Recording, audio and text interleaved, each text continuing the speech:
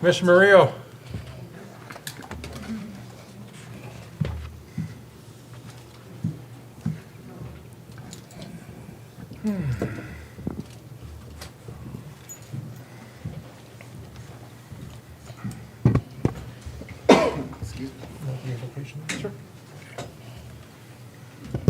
Let me know when we're recording.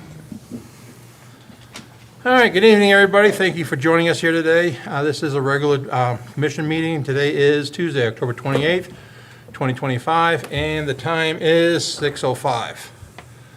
Will the deputy clerk please take the roll call? Commissioner Raridan? Here. Commissioner Murillo? Here. Commissioner Milligan? Here. Commissioner Anaya? Here. And Commissioner Brennan. Here. You have a quorum. Thank you. For those who wish, please stand for the invocation pledge. Almighty God, thank you for this beautiful day. Thank you for the community that we live in. Thank you for our neighbors. Thank you for all the blessings you bestowed upon us. We ask that you give us wisdom and discernment tonight to make the best decisions for this community. To glorify you, in the name of Jesus we pray. Amen. I pledge allegiance to the flag of the United States of America and to the republic for which it stands, one nation, under God, indivisible, with liberty and justice for all. I salute the flag of the state of New Mexico and the Zia symbol of perfect friendship among united cultures.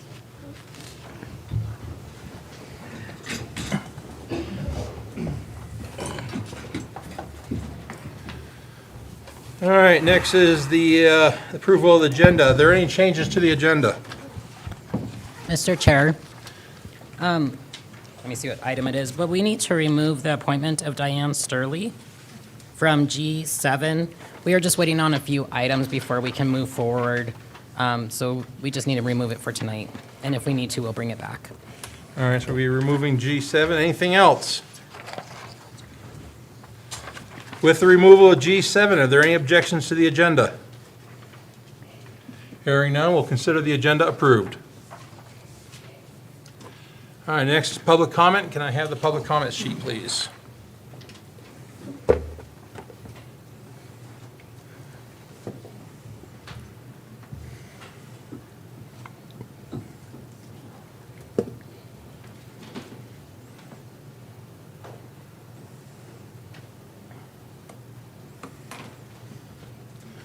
right, thank you. We got 3 on here. The first one is Teresa Benton.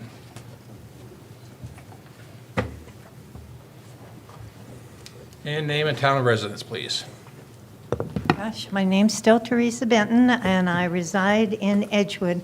I wanted to talk a little bit about the appointments to the special advisory boards and the need for those to be well-balanced and not, nothing personal about anybody, but when you have a board, for example, economic development, we don't need it loaded with real estate people. We've got one newcomer. We've got a small government person on there in Ted Barilla. We've got a large government person in there on Ryan Evans and a foreign private company person on there. But we don't have anybody for infrastructure. We don't have anybody for land use. We don't have anybody for water use. Let's balance that so that that board can make good decisions without being pressured within itself. Jim Thomas, Rita Loy's son, certainly a good representative for real estate and development. As you go forward, look for the long picture on those. Thank you. Okay, thank you. Next is Linda Hawley. And name and town of residence, please. Linda Hawley, Town of Edgewood. First of all, I'd like to say I read through the minutes from the last meeting and thought they were very well done. The person who's transcribing them now did a good job, I think, hitting all the highlights, and I'm assuming that's probably our clerk treasurer Lopez. Don't know for sure. And the other thing I'd like to say thank you for are the budget reports that have been included in tonight's packet. That has been a long time coming, so thank you for those. One thing, though, I question is all the reports that are listed in the consent agenda. I don't know if the packet that the commissioners receive is different than what's on the website, but in tonight's consent agenda, you are going to be approving department reports such as animal shelter, community development, which I did not find in the packet online. Municipal court was not there, planning and zoning, roads, wastewater treatment. Those reports I did not find in the online packet. And like I said, I don't know if you have something different, but it'd be nice if you just have listed on the agenda what it is that you're going to be reviewing and approving. As far as the grants report goes, it was listed that there are 4 capital grants allocated to the town pending approval of audits. And I'd like to see a little bit more detail. What are those 4 grants, capital grants? Finally, tonight on the agenda, you've got 3 closed sessions. The first one is subject to Section 1015-1H8, discussion of the purchase, acquisition, or disposal of real property or water rights. In parentheses, it says water utility update. It does not appear to me that that subject matter is one of the exceptions for a closed session. According to the state's Open Meetings Act Compliance Guide, it says this exception is intended to enable a public body to consider the purchase, acquisition, or disposal of real property or water rights without the risk of alerting those who could take action that would result in lost opportunities or greater costs to the public body. The exception applies only to discussions of the proposed transactions it covers. And so, again, listed in the agenda, you have water utility update. That would seem to me to be something that you could share with the public, I would assume. So, thank you. All right, thank you. And Cheryl Hubbards.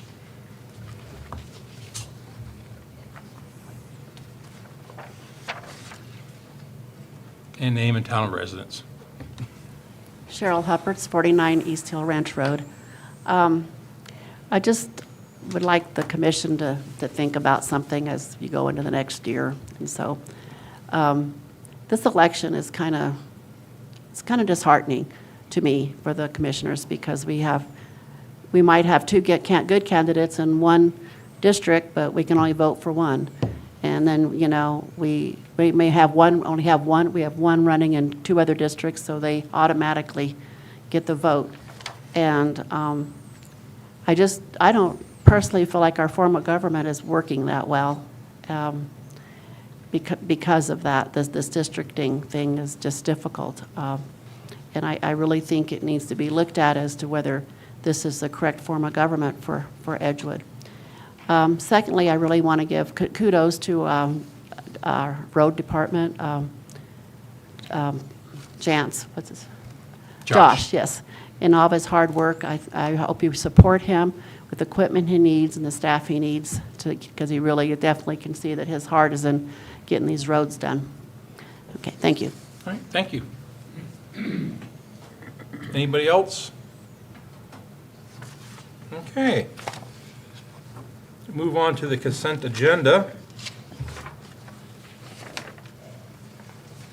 Are there any objections to the consent agenda as presented?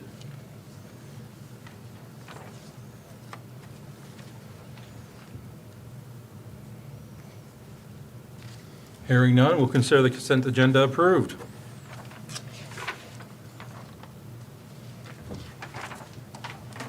All right, next is matters from the commissioners. Commissioner Milligan. I'll go ahead and pass this evening.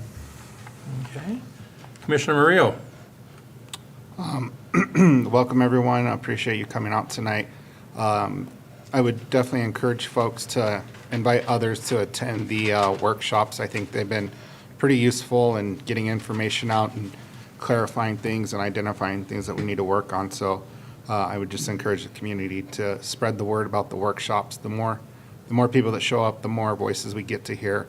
We got to hear several people tonight, so that was really beneficial for me, and I know it was beneficial for the roads manager tonight, so thank you. Okay. Commissioner Naya? Pass. Commissioner Reardon? Yeah, Mr. Chair, I'd just like to clarify for the public something that came to my attention via a couple of the outside formats, public meetings. It was about the public being able to speak on things that weren't on the agenda item, and apparently that got changed back in March when we redone the resolution, and I just wanted to make sure the public knew that that had been changed. However, went back and reviewed some of the videos because I wasn't sure that that actually happened like we said it did, and it apparently was, but we didn't get the sign-up sheet changed where the public still thought that they had to do that. So I wanted to set the record straight for that. Apparently in May, we still had the same paperwork on the table stating that they have to have only restricted to agenda items. So that's opened up now, and I just wanted to make sure everybody knew that they could talk about that. That's really a good thing to bring to our attention so we know what's going on, i.e. last week they talked about the park and the goat heads and the playground areas. That was really good stuff, and we've been taking measures to get that fixed. So just wanted to make sure everybody knew about that, so thank you. Okay, thank you. I want to go ahead and put out that we got one more week left of voting, and if anybody's having issues getting to the voting polls, we do have the MyBlue, and if you're within the operating rate range, all you got to do is you can call them up or go to the NCRTD and get the app and put it on your phone. It's $1 a ride each way. I've heard a few people already using it to go and vote, and it was quite helpful for them. They didn't have to worry about driving to get out there, and they said it was quite easy. So just want to remind the public that that is out there. The phone number over there for the NCRTD for Ride the Blue Bus is 866-206-0754. Or you can go to the website, which is ridethebluebus.com. It's all one word. Or you can go onto your phone and load the app and just go ahead and do the MyBlue for the app, and you can download it. I've been told it's been getting more and more use as we go along, as more and more people are getting used to it, so that's a good thing. That's great, and hopefully in the future we can expand that even more. All righty. And next are going to be the reports. Community Liaison, you're first. Good evening, Commissioners. There's just a few items I want to highlight. Commissioner Murillo, you had asked about the listserv on the newsletter, and I was able to get that uploaded to the new website so that we have the ability to utilize that, and I did send it out to 178 email addresses that were in the old website system. So that is available. People can voluntarily sign up to be part of that and be on the regular distribution for newsletter as they come out. Economic development, we had a couple of great meetings yesterday, one with the State Land Office to discuss possible future plans for Section 16 and Section 32 leases and access issues. And, excuse me, also yesterday evening, I went to a meeting with the Mid-Region Council of Governments for Economic Development that was being held in Moriarty for this region, and spoke with their representative for quite a while, for more than an hour, and she intends to be coming out to our next Economic Development Advisory Board meeting.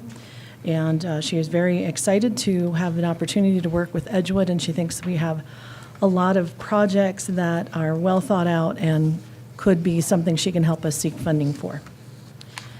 Additionally to that, on the website, I wanted to mention, and if you haven't had the opportunity to use the chatbot feature, it actually crawls the site when you have a question and you don't know where to look. Put your question in. But I will say, you have to put a good question in. So you can't just say, when's the next meeting? It may not know what meeting you're referring to, so it may tell you the very next calendared meeting, and it may not be what you're looking for. We get some really strange questions sometimes. We got a question about if we like pickles, So, some of these things I go in and train the system and try and get its accuracy up. So currently, it's at about 50% accuracy when it gets a question from the public. Once they clarify their question, to be a little bit more specific, its accuracy goes way up. And then sometimes it's searching for keywords, of course, so it doesn't always find exactly what someone's looking for. People ask what kind of dogs we have available. So they'll get sent to the animal shelter website, but that doesn't really tell them the kind of dog. So it's not a direct answer, but it does get them to the adoptable pets area if they choose to look at that. So it's a work in progress, and it's getting there. And on the wayfinding and branding process, we do have a meeting scheduled for tomorrow with New Mexico Main Street, so we will be getting a survey overview of the results that have come in. That survey's been open for a little bit more than a month, and will be closing as of tomorrow. So if you haven't already put your comments into it, taken the survey, I highly encourage everybody to do that tonight. And we're also working on a facilities and recreation management program to be added as another module to the website. So that's currently in development and testing, and we are developing it section by section. And so as we go through, we're testing each section and seeing how that works. So it's a process, and it will ultimately help the public to be able to go in and directly make reservations or reserve for a program. So for the YES program, for example, or if they want to rent the Venus Park Pavilion, they'll be able to go online, see if it's available, put in their application and deposit and so forth, and to reserve space. So it will help quite a bit, I think, for the public to see what's available and when. And that gives them choices of what other dates. So if you don't get a live person to talk to, you can still see what other dates are available out there if you're doing this at 10 or 11 at night, like I often do things like that. Did want to remind everybody, we've got the Twinkle Light Parade and tree lighting coming up on December the 5th. That's a Friday night. And we will be using that as our Route 66 Centennial Kickoff event.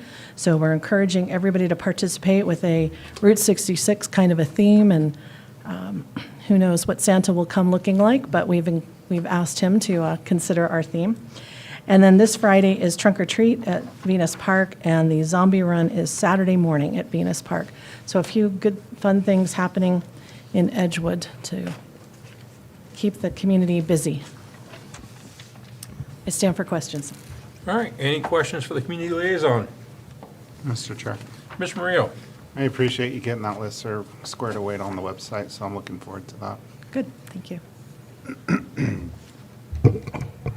Anyone else?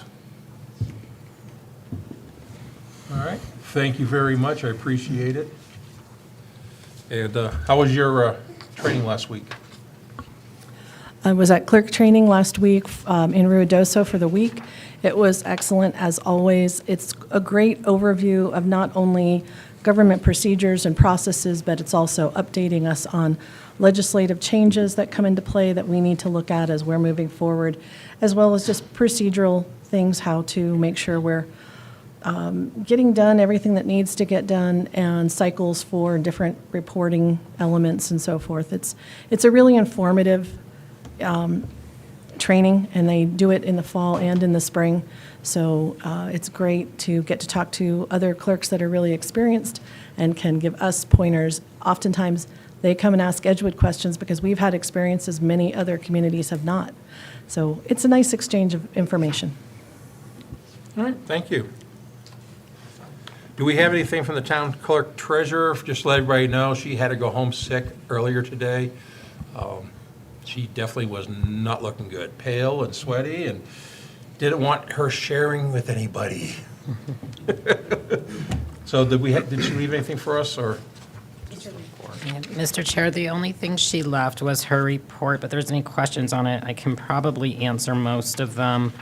I do know that they're currently working on the fiscal year 24 audit. I know a lot of items have been uploaded. I was helping the finance department with that. And I've been helping with one IPRA that they have. But I believe that they're fairly as caught up as the clerk treasurer's office can possibly be, I guess. All right, thank you. Any questions from the board, from the commission? All right, next would be Chief of the Police. Chief, you're up. Chair, Commission, thank you. So the report is uploaded. I don't think I put any updates on the back end of that report. However, just to update you guys, since I put the report out, we had our school resource officer that we had assigned to the schools resign last week. So the way we're going to move forward until we go out for a specified position for SRO, we're going to post for that specifically. We're going to have the day shift cover the walkthroughs and the school patrols. So then on top of that, we have the Mark 43, the report management system, the RMS, that we talked about in the budget talks and getting that paid for. Mark 43 is here this week, all week, and we're going into the implementation phase of the modernization for the way we do our reports and all the analytics. It's a better analytical system, so that's going to be implemented this week. So that's pretty much all I have. And I stand for questions. Okay. Any questions for the chief? I've seen you guys being very busy the past week, and I appreciate it. It's that time of year. So Yep. we actually got a DWI about 9 o'clock this morning, so share the wealth, so. Mr. Chair. Commissioner Naya? Chief, can you kind of explain what happened with the freeway the last few days as to why we had so much traffic in the town of Edgewood? What, Where specifically? more about how the semis hit each other on the same, Well, I think as everybody knows, 66 is the old method of traveling, especially, it's still a big trucker's route. So a lot of these truckers know that when something's on 40 and it clogs up the system there, one of the earliest exits they have, and it's only one exit for Edgewood, unless they're getting off back by Cedillo, that's going to create a lot more, if they know where the accident point is, depends on where they exit. So if it's, further back on the west, and they know they can get off on Cedillo, then they're going to come down 66, and the first place they'll exit is on, the intersection there, 333 and 344, and they're going to get back on the highway. So that's part of that influx. If, maybe down the road when we grow as a town and we have a couple of exits, it won't be such a snafu, maybe. and the semis themselves there were 3 semis involved, is that correct? I don't know the particulars on that. I think it was further back Moriarty way. Right, it Correct, was. yeah. But you guys didn't assist in, No, if didn't have it's to go further out there? back, that'll be state, county, or whatever jurisdiction that's in. But we do get a lot of the influx, because if there's an exit point on the east side, and they can come down 66 with the Citizens Band radio, the CB radio, they all know to come down 66 and circumvent, so that'll put a lot of traffic in our town. okay. I was caught in the middle of that, and I was coming back from Moriarty. And luckily for me, I know all the back roads, being grown, Sure. raised here. So I figured, heck, I'll just come down Martinez. I didn't know semis could make it down Martinez, but Some they of were some of those tons guys are them. very skilled at doing what they do. You'd be surprised where they can put those big rigs. Yeah, there was quite a Yeah. few of them going down Yeah. there, and they were not doing speed limit. I got you, so. So, I don't know if you could kind of bring that up next time you meet with Torrance County or something like that, that they need to have somebody out there next time, because they're finding other avenues to take, Absolutely, they are. and they're pretty dangerous. Yeah. And the only bad thing is if we do get tied up on that, I mean, we know when the traffic influx is like that. So if we're busy in assistance, it makes it kind of hard with the, if you have 3 on at the daytime and they're all over there working, assisting that, then there won't be anybody over here to kind of look over that. So Okay. it's hit and miss. And there's another issue that I have is, I guess we need to really figure out a timeframe for Echo Ridge. We've got to find a way that we can have you guys service. I know that we have to transfer the deeds and everything over Sure. to the town, I don't know what the time frame is on that, but I was called over there I want to say Saturday night. Individual was riding a motorcycle on a non-motorized road, ripped his ankle off. And it took a while for the ambulance to actually get there. Our officers were there first and fast. Yeah, and again, I think, as you just mentioned, getting the deeds and everything kind of transferred over, making that jurisdictional boundary a little bit more pliable to work with would help out, so. Nina, do you have a time frame? Mr. Chair, Commissioner Anaya, you were on those emails with the BLM that it's in their stack, and they said they would get to it when they do, but we don't have a time frame. And with the federal government shutdown, I really can't give you a time frame.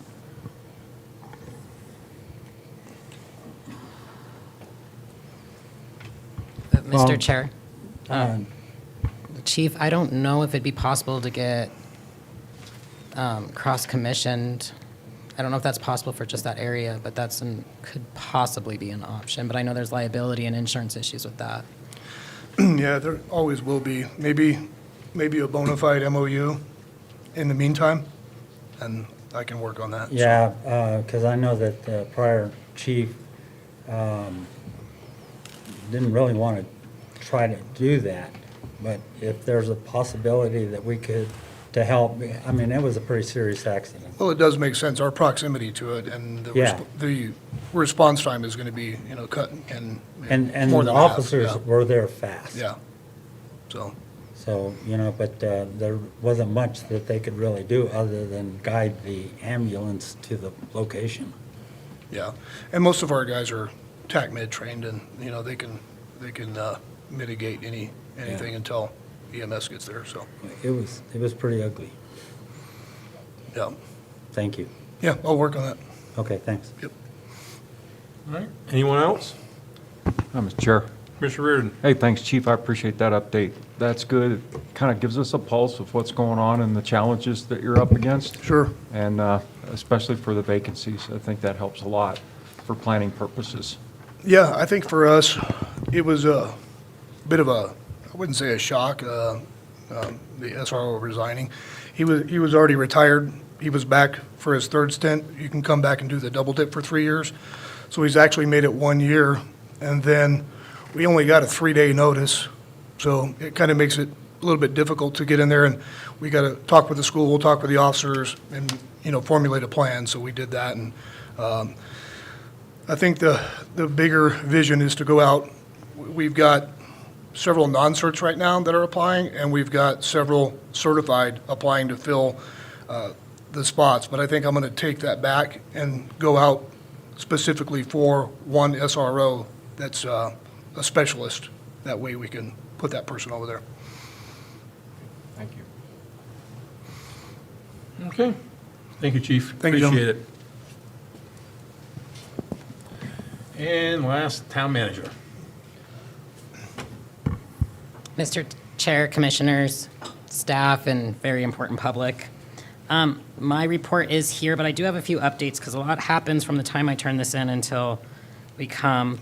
Linda and I met with Tammy from the State Land Office. She's going to help work with us on some of the Section 16, Section 32, and then we asked about the state land by wastewater. She's looking into all of those for us. We did talk to her about the possible of some affordable senior homes or little condos. We have our proposed land use and our master plan for Section 16. She's going to work to see what funding she can help us with so we can start executing that plan as well. She's also interested in helping us get what you would refer to as a downtown. Since we don't really have an established downtown, the State Land Office is willing to help work with us to start building up some of that as well. So we met with her. She said she'd work with Commissioner Bustamante and reach out to Representative McQueen as well to see what we can do to start working on some of these land uses. I did meet with Trina and Wells Fargo. The team from Denver came down to meet with us. Although this is more of a clerk-treasurer-ish realm, I did sit in the meeting, but we found out that our Wells Fargo is set up for a small business instead of government. But since we are at the size that we can do a government account, They're going to help us move over to that, so that way we can do purchasing cards.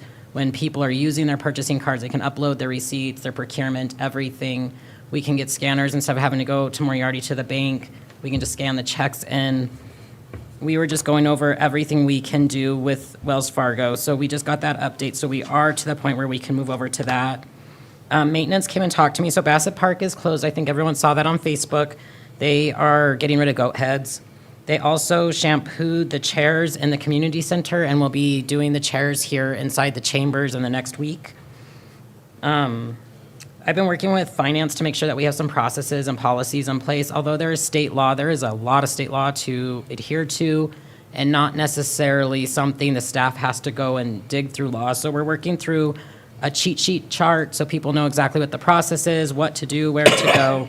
We've been working on that. I am still the certified procurement officer for the town. Once Shaylin is settled and ready, we will transfer that over to her and put that with the state. But for now, I am still the one that's approving all the purchase orders. We talked about in our recent staff meeting, getting our budget planning for FY '27. This is something we start now. Now's the time for our pie in the sky, big dream. What is our wants? What are our needs? The staff will start getting all their information together so we can start putting together budget in January. There is a staff pumpkin contest. Everyone, I think, has picked up their pumpkins. A lot more individuals were interested in participating. The contest will be done on Friday at noon, I believe, and then they're going to use all the pumpkins from the different departments to decorate for trunk or treat. And then for my animal updates, because I haven't given you guys an animal because we're always being under attack by animals. We've had 3 spiders that have fallen from the ceiling and have landed on staff. We had 2 owls. One dive bombed Josh Jantz outside one day. Another one scared an employee because he could just hear it. The lieutenant came in and asked me why there was a raven flying around with a donut. I don't know. There was a baby bull snake outside the front door, and then I had to get a bird out of the little atrium in the employee area.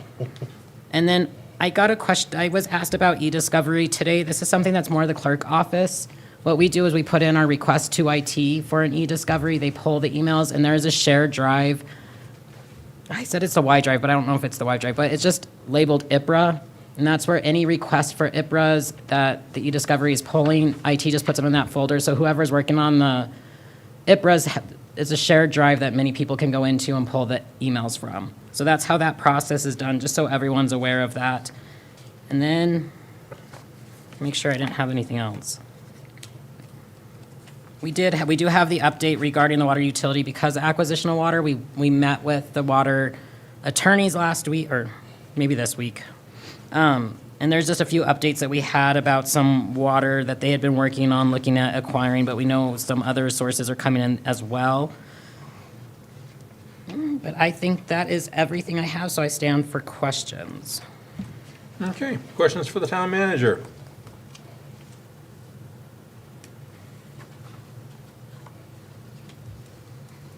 Okay. Oh, and I guess on just one note, the chief and I did talk about the school resource position and how we could game plan to cover the schools for now, and we did talk that I do agree with the chief that I think posting for a school resource officer is the best avenue, so officers understand what they are doing and what's required of that position. I think that's something maybe we have lacked in the past, but I will move forward and get that taken care of. All right, thank you. Appreciate everything you're doing. Thank you. All right, now this comes up for our new business. First on the item is commissioner review and take action on a U.S. flag drop-off for retired flags at Town Hall. A lot of towns have these. I know over here in Harris, they've got theirs at their library. And the drop-off box themselves, I thought they were going to be expensive. They're only about $900. And just big, huge, it's got red, white, and blue, paintings on the side. Some of them have an eagle. Some of them have an emblem on the side of them. And it's just, I'm constantly getting asked, where can we drop off our flags? Where can we drop off our flags? There's no place in Edgewood to drop off our flags. And when the commission first formed, the Boy Scouts were working on something, but it sort of slipped through their cracks, and of course, we got busy, and it slipped through our cracks. So the question came up to me again, so I wanted to bring it up to the commission.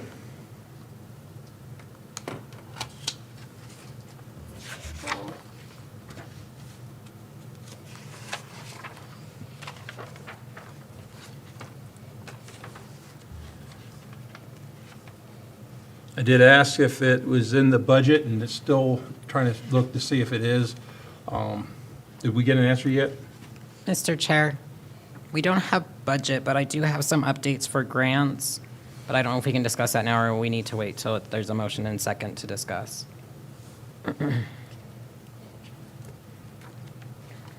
Okay, I will make a motion that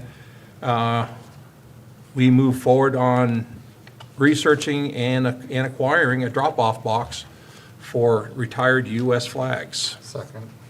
And Commissioner Murillo has seconded it.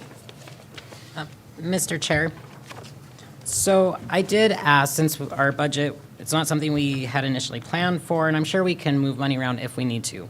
But I did ask the grants coordinator to look into some grants, and I knew about the Daughters of the American Revolution. I know they do a lot of service projects, and one thing they really focus on is honoring the flag.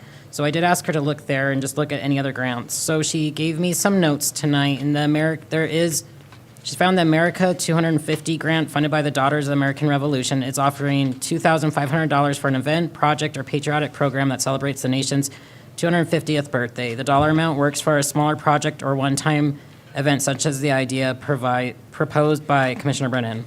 The deadline for this is November 5th, but the application is fairly simple. So if we want to go out for this grant, we can do that and at least try for that. I have some connections to the DAR, but I don't know how much they would help. And then there's also a federal grant that is the Celebrate America, funded by the National Endowment for the Humanities. This grant has the same premise as the DAR grant, but is funding up to $25,000. Just because the federal government shut down, this second grant may take a while. So I had asked her to look into additional funding. I just thought it would, if we did it twice a year and could possibly do some education on American government and the Constitution, we could tie these in there. And as people are retiring their flags, we could give a flag possibly if it's something we could do through a grant. So that's what I was asking her to look for. But there is this grant for the $2,500. I would definitely cover a box.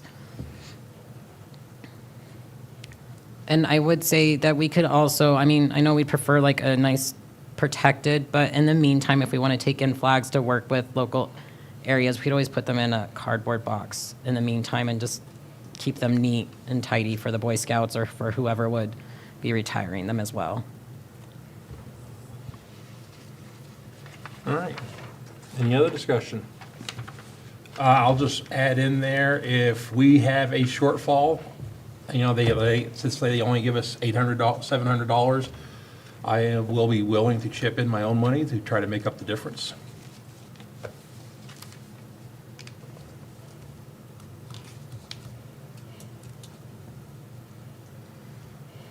Anything else? I guess we can move forward onto the vote. All in favor indicate by saying aye. Aye. Any opposed indicate by saying nay. All right, move forward with that, with the grant, and I think you're right. The federal grant will probably, God knows when this is going to be over and how long it's going to get them to be back up and running. Mr. Chair, I agree. And I know the Daughters of the American Revolution, they have like 3 or 4 little charters in Albuquerque, and they're self-funded. So we'll reach out and start that process. You know, but I just thought of something else.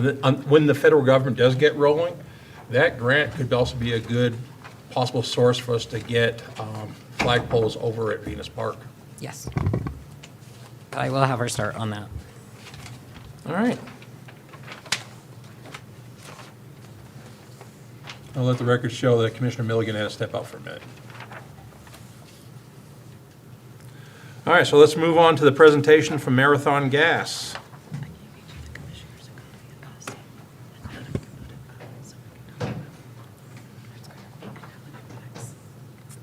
Thank you, Commissioner Brennan. My name is Jack Levin. I see a lot of familiar faces in here, and hope we're making some friends along this way. want to thank you all for having us and all the productive conversations that we've had up to this point so far. We do have a presentation that we've given in this room before, and I think even digitally a couple of times, so I'm going to go through that a little quicker than I normally would and give you all some updates on where we're at since our last meeting, and then probably close with some focus on what our ultimate ask is here today. First off, like I said, I'm Jackie Heflin. I'm going to be the right-of-way project manager with Marathon Petroleum.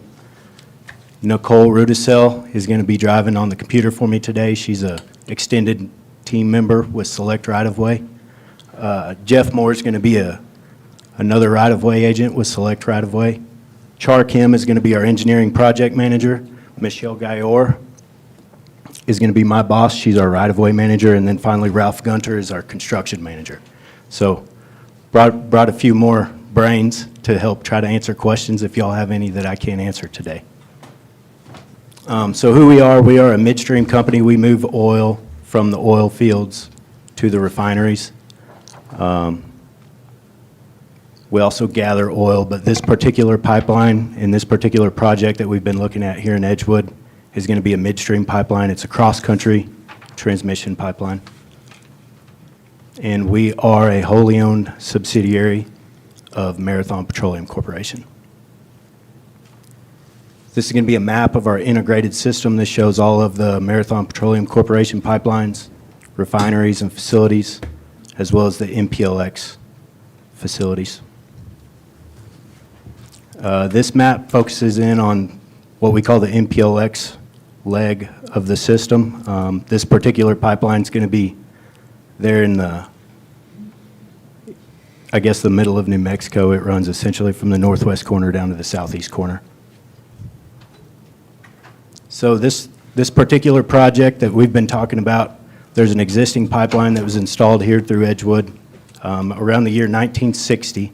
And as part of our routine maintenance program, we look to repair and replace some pipelines, even when they don't need to be replaced. So we're looking to replace this pipeline that runs through the city limits of Edgewood. Our top priorities are always safety and environmental protection. And a little motto that we have is to keep it in the pipe. And I'll add another motto that we use within the company sometime, and it's when we're dealing with landowners, we're here to earn your trust. At the end of the day, we try to get in front of everybody and be as transparent as possible and collaborate and earn everybody's trust. At the end of the day, we want you all to trust us that we're going to do the right thing. This map shows the existing pipeline as well as the proposed reroute. So when we were here previously, we had a few different options we were looking at. We've engaged a number of private landowners and acquired survey permission from the majority of them. Shut the lights off. Sorry, I didn't mean to say that so loud.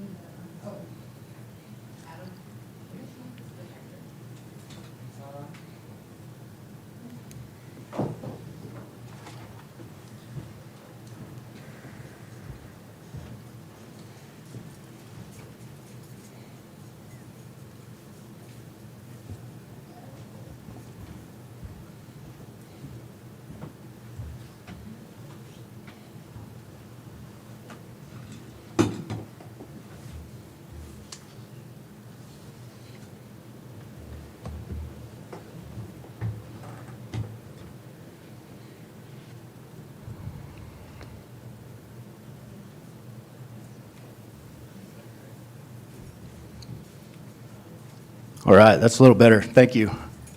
So this map shows what we're calling the reroute project in its entirety. The red line there that runs at a diagonal through town is going to be where the original pipeline was installed. And as you can see, maybe you can't see too good on this map, but if you zoom in, there's been a lot of development in and around our pipeline.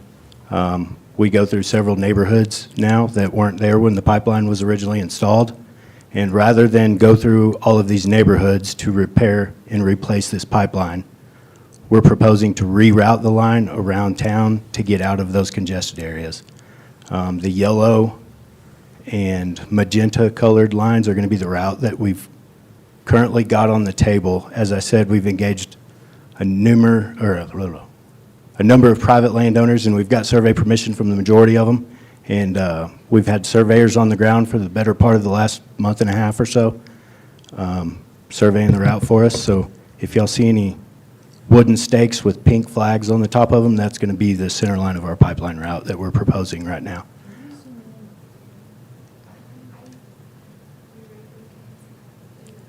Can we zoom in on the state piece? I think the next slide zooms in on the piece of ground that's owned by the state, yeah.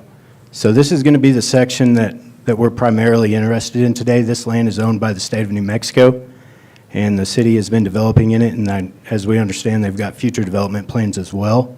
So we looked at several different options to get through this particular piece of ground, and the blue line is where we have settled. It seems to be the path of least resistance for us, and we've received survey permission from the landowner on the other side of the highway there to the east. We do go under the parking lot of Venus Park, and we've already kind of talked about working with you guys on plans for any activities going on there at Venus Park to coordinate our construction so it doesn't interfere with any community activities. Then we might pan over to, I guess, Dinkle Road. We might touch on Dinkle Road real quick as well.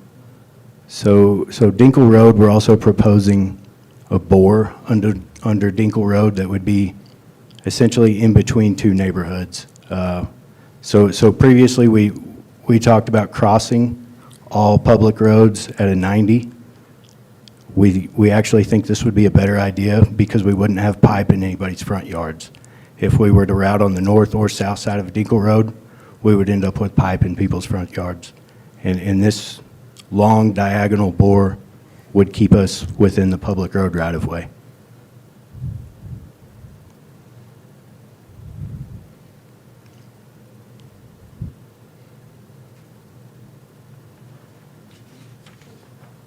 Where in Edgewood's that? Greener side of the mountain. What happened?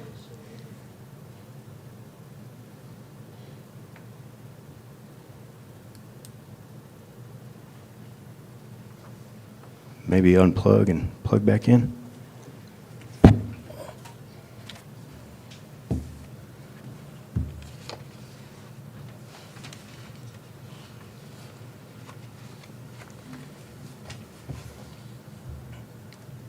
So like I mentioned, since we were here last, we do have some updates. One of those updates is that we received survey permission from the State Land Office, and we actually surveyed the route across the state land as well. And the main ask here today is going to be for the town's consent, formal consent of the route across the state land. As part of the state land application process for new rights-of-way, the state takes it upon themselves to collaborate with all of their tenants, whether it be a grazing tenant or a public facility development type situation like we're dealing with here. And we like to be proactive and do that ourselves for the state, which I'm sure they'll fact check us, but as part of our application to the state for a new right-of-way, we would like to show them that we have obtained the town's consent for that route. And we submitted a letter prior to this meeting under my cover, so we were planning on showing that here, so maybe if we get the technical issues worked out, we can show that with everybody. Mr. Chair, sorry just to interrupt, but that letter is in your packets that you can review and see how you feel about it. Mr. Chair. Mr. Naya. While we're waiting for the rest of the presentation, I have a couple of questions to ask you. On the pipeline, on the existing pipelines that are in ground, you're going to be removing them, correctly? No, sir. We plan to abandon those pipelines in place, and it's actually, in our experience, it's the landowner's preference as well as our preference because it's less intrusive to their daily lives. The pipeline would be cleaned, they would purge it, and if we need details on on the purge plan. Ralph and Char here can probably speak a little more intelligently on that process than I can. But the plan would be to abandon them in place so we don't have to have heavy equipment in there digging through those people's yards. What size pipes are in there currently? It's a 16-inch pipeline. Are you going to rescind the right-of-ways? Yes, sir. We actually talked about that a little bit the last time, and we tried to firm up that plan earlier this week because I know that was an important topic that we discussed. And we would plan to file the necessary releases of the pipeline easement in the courthouse. So it's a legal document where we would relinquish all of our land rights associated with that abandoned pipeline.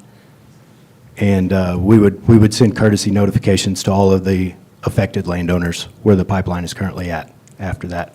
We wouldn't do that until the new pipeline was in the ground and in service, though. Correct, that would make only sense. Right. How much, and I know you're talking about most of the property over here, but there's a lot of it over there by the wastewater treatment plant. About how many, well, it wouldn't be miles, so it'd be more feet of pipeline are you going to leave in ground running through the wastewater treatment plant? So there's no pipe in the ground near the wastewater treatment plant that would be abandoned. The wastewater treatment plant's to the east, right? Correct. Kind of outside of town. We were over there earlier today, and there's you might be confusing us with some other third-party pipelines that have some facilities over there close to that treatment plant. Well, there's quite a bit, yes. Yes, sir. Yes, sir. So our new pipeline would be paralleling some of that third-party pipe. So that third-party pipe's going to stay there. That's not ours.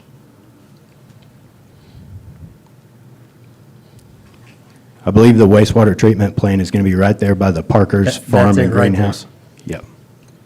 Is that what you're talking about? Yes. Okay.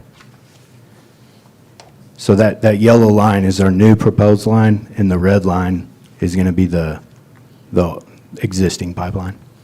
And what road does it follow? What easement? I can't see it from here. So. What's the north-south road there is Williams Ranch Road, I believe? Yes. Yes, sir.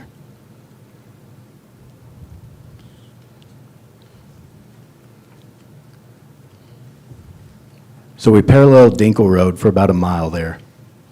And then that north-south run is on mostly private land. And I'm not exactly sure where Williams Ranch Road stops. Right there at Dinkle. Right there? Yes. Okay. And which Dinkle just happens to be one of the roads that we're working on. So are you going to have pipeline in that ground before we start working on or trying to complete Dinkle, or are you going to do it after the fact? Our plan is to start this project in the spring. That- So if you guys have plans to work on Dinkle Road, we'd be happy to coordinate with you guys. And we've actually considered, as the town's growing and these open properties like this are being developed, we've considered burying the pipe a little deeper in there to allow for ease of development over the top of it. Assuming there might be a neighborhood right there to the south one day, you guys might want to put in some entrances off of Dinkle Road. And if our pipe is deeper, it will facilitate your development plans there. Are they 24-inch pipe or 16? 16. We have a 16 now, and we plan to replace with a 16. Are they going to be capped with steel plates? The old pipe would be The new capped pipe. on each. If So the old is abandoned, that doesn't matter, but the new pipe does. the new pipe would be tied into our existing pipe on each end, and there would be nothing on the surface. So looking at it, it's going to drop down south and then jog west again to hook back up to the red line? Yes, sir, that's correct. We looked at several options, and we knocked on lots of doors, trying to figure out the best way to get over there, and it's essentially going around town, like we're doing. And how deep are you planning on putting this? Is it 48 inches is the minimum depth of cover?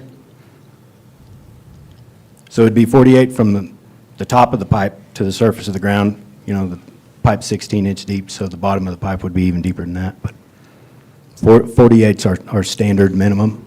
Like I mentioned, we might even go deeper in some places. There's a few places where we would be boring under roads where it would for sure be deeper. We actually have a preliminary bore profile for the Dinkle Road bore that we're proposing. And if Nicole can toggle to that, I don't know if we're going to have any more technical issues here or not, but I can show you exactly how deep we're looking at being under Dinkle Road. If you zoom in on the grid lines here, it'll tell us exactly how deep we're looking at being under the road. What are those numbers? I can't read them from here. We can't read them on our paper either. I'm sorry? 6410? Is that 64 feet? Is that 64 feet? Does that sound right? Char?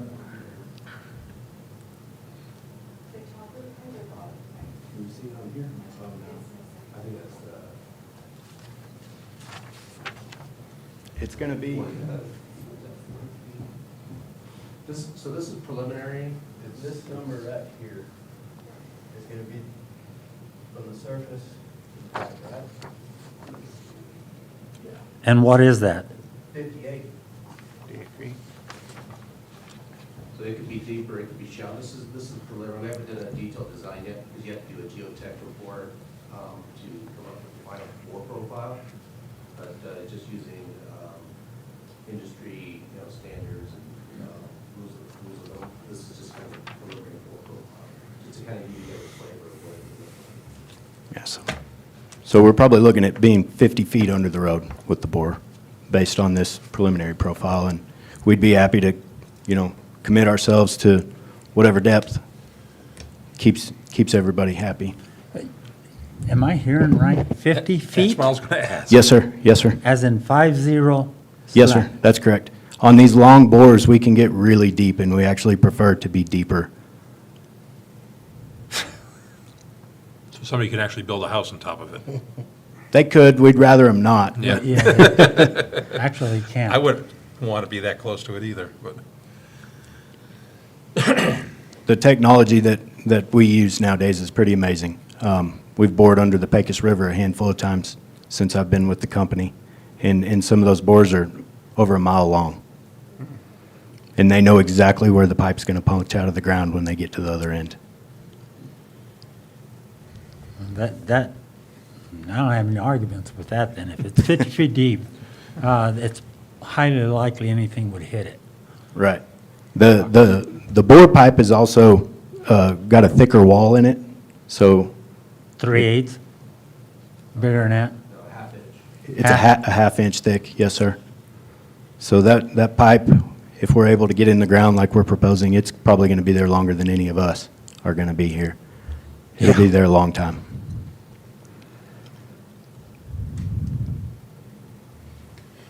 Well, I don't have anything against that then. Mr. Chair. Commissioner Murillo.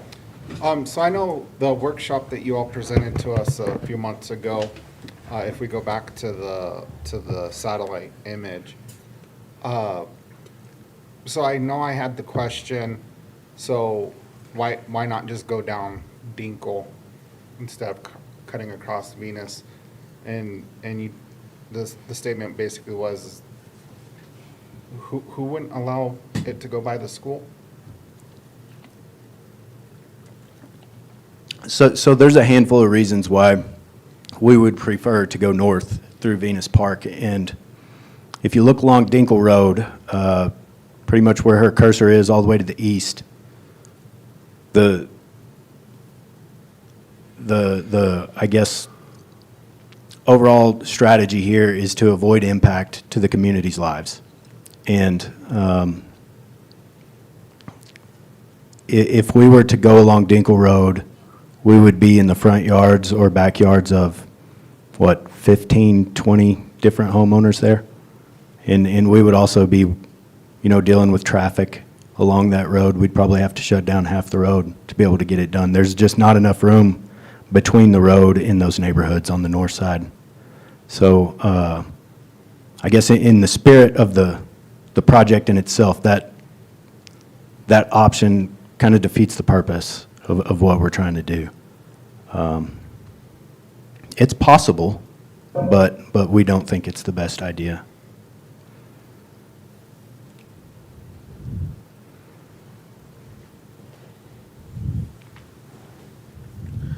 On the pipe that's going to be abandoned in place, are you going to fill that with a concrete slurry so it doesn't collapse over time? No, sir, that would not be our proposal. Like I said, we would purge it and we would rinse it and clean it real good to get all the hydrocarbons out. And we would cap it on each end and we would just leave it in the ground. So what's to prevent that pipe over time deteriorating and the ground sinking in that area? It will deteriorate, but it's so deep that we wouldn't anticipate any sinking.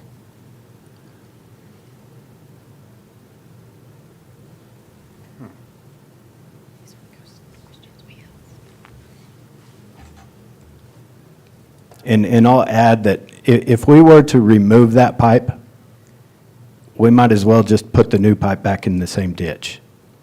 Because it takes the same amount of effort to dig up the old pipe and move it out as it would to put a new pipe in that same ditch. I fully understand the reasons for abandoning it. I just don't want to, in the future, somebody having a sinkhole form in their backyard.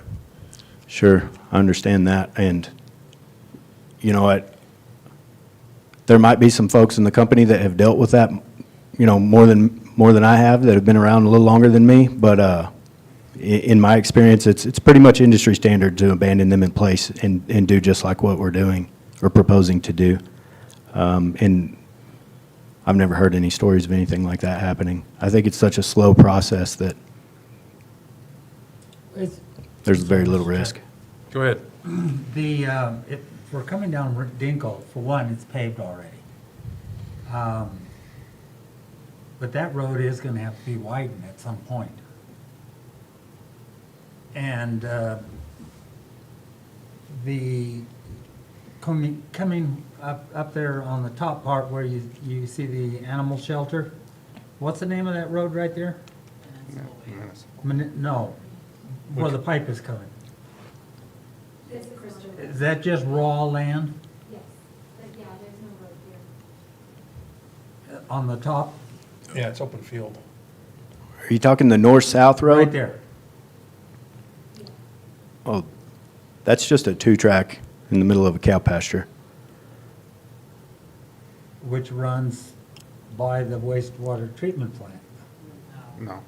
This is like by the airport. Yeah. Yeah, the airport's. Yeah, the airport's going to be right there in the top right of the screen. On Venus. No. Yeah, you had it right. Yeah. Right there, that's the runway.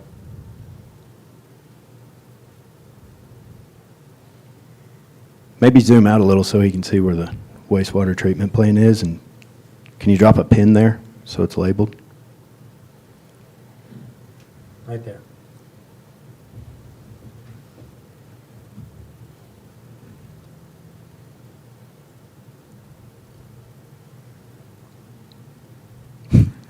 It disappeared to your other screen, I think. Yeah. So that's where the wastewater treatment plant is.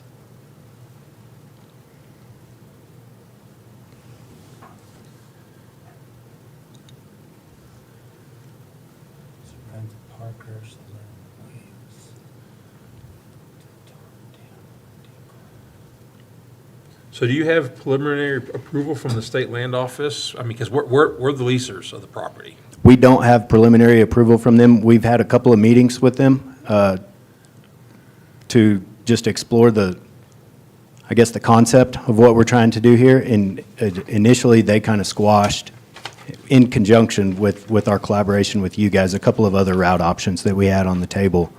So, initially, we were proposing to cross the state highway a little further north in parallel Bachelor Draw, or closer to the school that's in the northeast corner of this section. So the state really pushed us away from the north half of the section, and we got approval from them to survey, but that's the only approval we have from them yet. The next step in the process to acquire an easement from them is to formally apply for the right-of-way. And as part of that application package, we would like to show them that we have the town's consent. So we're coming to y'all first for your consent before we formally apply to them. Mr. Chair. Commissioner Naya. Is there a possibility that we could get a copy of that map sent to us? Sure, we can send this right here. I believe we've provided the town with a copy of the slide. No. Or- See, that just, well, that doesn't show the residential side. That just shows state land. Yeah, this one here just shows where they're gonna be for Dinkle. So you're looking for the one in between these two. Yeah. I want that right there. We'll get it to you. Is that something that y'all can give him? One reason I'd like to have it especially enlarged is so that we could put it at P and Z, so that they can show when we have clients coming in trying to figure out what and where they're going to build, stuff like that, then we can show them exactly where the proposed pipeline's going to be too. So that's part of being transparent to them that, we've had a pipeline company come, or an oil company come into us and saying, this is what we'd like to do, and we can show them exactly what is being proposed. Yes, sir. We'd be happy to share it in any format that See you the guys size of those request. up there? Yes, sir. Thank We you. could even print one, big one like that for you. Thank you. If you want that. I'll drop it off on your front door. Mr. Chair. You want my address? Mr. Murillo. So as we see it coming past 344 heading east, so how much land is private and how much is state? So Is that all of the private? land that is not blue is private. And so those owners, I'm assuming, are going to be compensated? Yes, sir. Yes, sir. We negotiate in confidentiality with all of the private landowners, so I think we're probably not willing to share any details about terms and conditions with each of I them. wasn't going to ask how much. But yes, sir, we've been engaged with a total of maybe 50 or 60 landowners by this point, and some of those were on routes that we've leaned away from because we got some hard nose. And these landowners on this route seem to be more conducive to working with us. But if you were to go down Dinkle, you wouldn't have to work with the landowners, just us. Just you guys, that's right. We would have to work with the public whenever we go to work, though. So I guess that's kind of where I'm getting stuck is, I just don't understand why we just wouldn't cut south at Venus and connect to Dinkle, since you're going to Dinkle anyways, and Dinkle's gonna be, you're gonna have to close down Dinkle one way or the other. We wouldn't need to close down Dinkle. So why wouldn't you want to just go south straight down to Dinkle from Venus? If we traversed more of Dinkle, we would have to shut down probably at least half of the road. But the way that we're doing it right now, there's enough open ground on each side of the bore that we can make that bore happen. That's one thing about bores, is there has to be open room on each end for us to set up the equipment and lay out the pipe that's going to be pulled back through the borehole.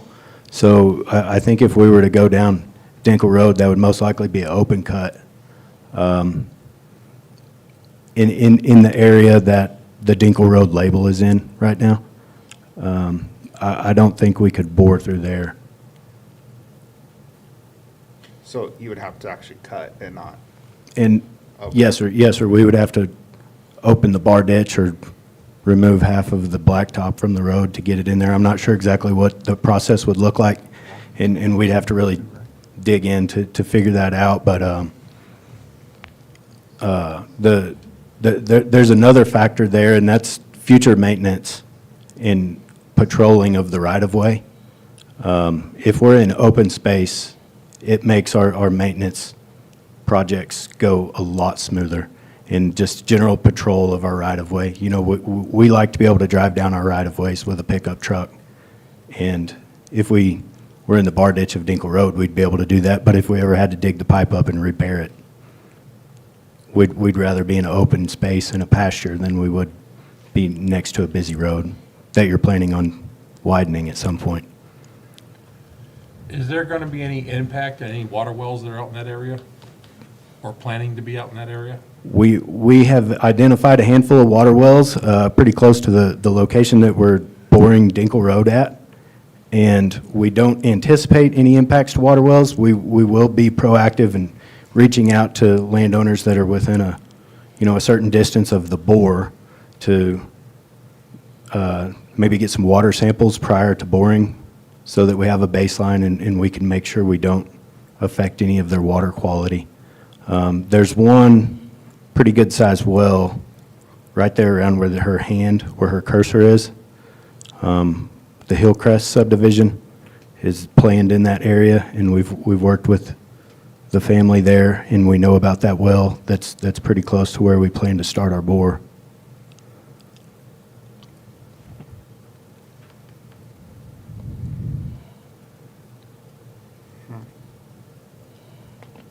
Mr. Chair.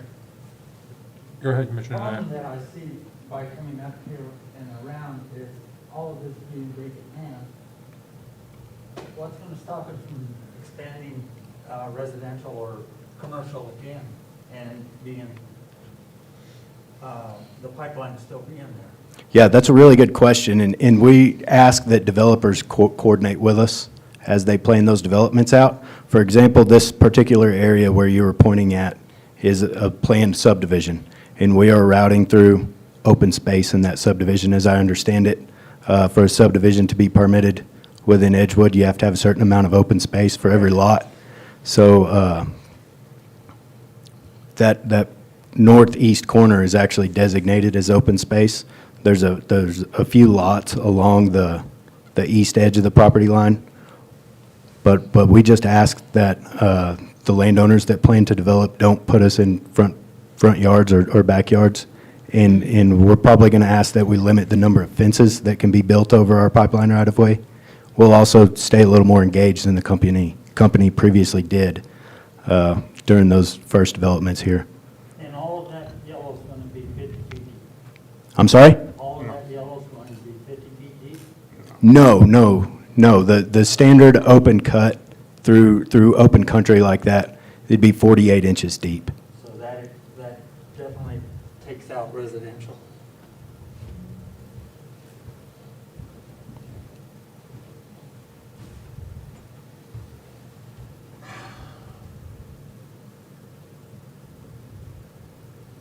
And I'll clarify, we're not asking for the consent of the entire route, because these routes across these private landowners, it's really up to these private landowners what they want to allow us to do on their land.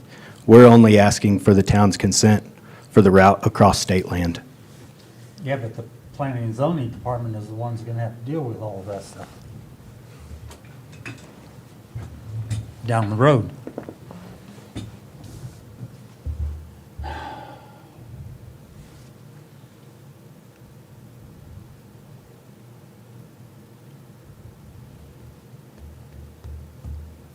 Y'all have lots of good questions. Thank you very much.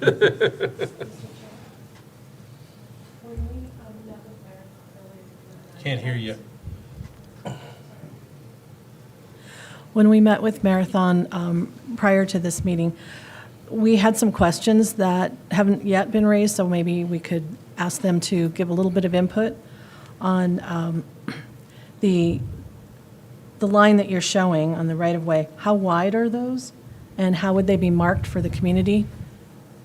So the right-of-ways on the State of New Mexico Land Office are pretty standard. They allow for a 30-foot permanent right-of-way with 20 feet of temporary workspace next to it. So it would be a 50-foot wide strip of ground that we would be utilizing during construction. And the right-of-way that we're asking for on private land is going to be 50 feet in width. And we install pipeline markers on the center line of our pipeline. And in general, when it comes to specifics about width of right-of-way on private land so that the general public knows, we ask that if there are any questions about development or anything like that in and around our pipeline, that we start by calling 811 and making a one call. Because we have a damage prevention team that's tasked with responding to those one calls. And like I mentioned earlier, the terms and conditions of every agreement that we make with landowners are generally confidential, and the width and the restrictions of the development across the pipeline can vary from landowner to landowner based on the original agreement that was made with them. So, we have right-of-ways that vary in width across the country. We have some, more than likely, this red line through the neighborhoods is what we call a blanket easement, where there's actually no specified width in the original document. It just says that we can put a pipeline through the 320 acres that farmer owned back in the day. So with regard to marking the width of the right-of-way, we don't do that. But we do put pipeline markers on the center, right above the pipe, and they'll have phone numbers and emergency contact information. And additionally, because the town is always interested in trails for recreational purposes, we asked about the ability to use this right-of-ways as potential trails for the town in the future. Sure, that's a good point that I know we discussed previously, and we wouldn't mind leaving our pipelines as open space that are open to the public, but ultimately it's up to the private landowners as well, if they want to allow that or not. Like the Hillcrest subdivision, for example, once that's developed, if it's developed like we've seen, we would most likely be outside of all the small lots fences, and that would be open to the public if the landowner was open to it.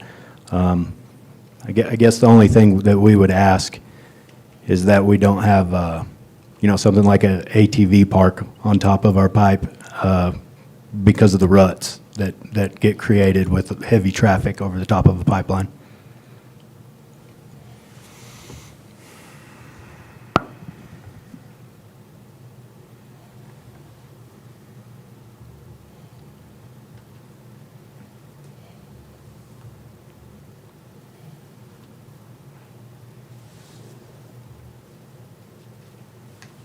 Okay, anybody else have any questions?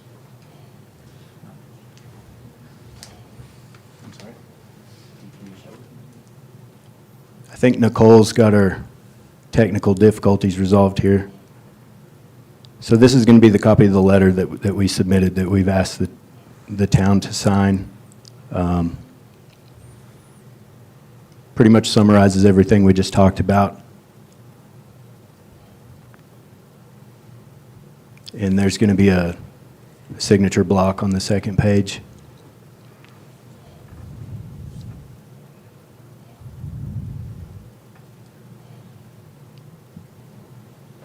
I would like to have a conversation with the state land office, just to make sure we're all on the same page. I know you're looking for our blessing so that they can give you approval. I would like to talk to them first. Sure, and we'd be happy to participate. We've actually tried to engage them a few months ago to plan a session with the town, the state, and our company, all in the same room. We were unable to get that scheduled at the time, but now's as good as ever. So we'd be happy to be party to that if you'd like us in the same room. Mr. Chair, Dennis McCracken. when we met with Tammy from the State Land Office the other day, we did discuss this with her and gave this letter to her as well, and she was going to do some research to see who you guys talked to. And then she was going to just do her preliminary review and everything. So when she gets back to us, we can schedule that meeting with, I guess, if a couple of commissioners, or we could do a workshop or something, but bring you guys so that we can all be on the same page with the State Land Office. She said normally that stuff comes to her, but she hadn't seen it, so she was going to go and do some research for us. Yeah, I think that it would just be prudent before we actually make a decision here. I don't know what the rest of the commission feels on that. I agree. I don't think we have a choice. I'm not convinced.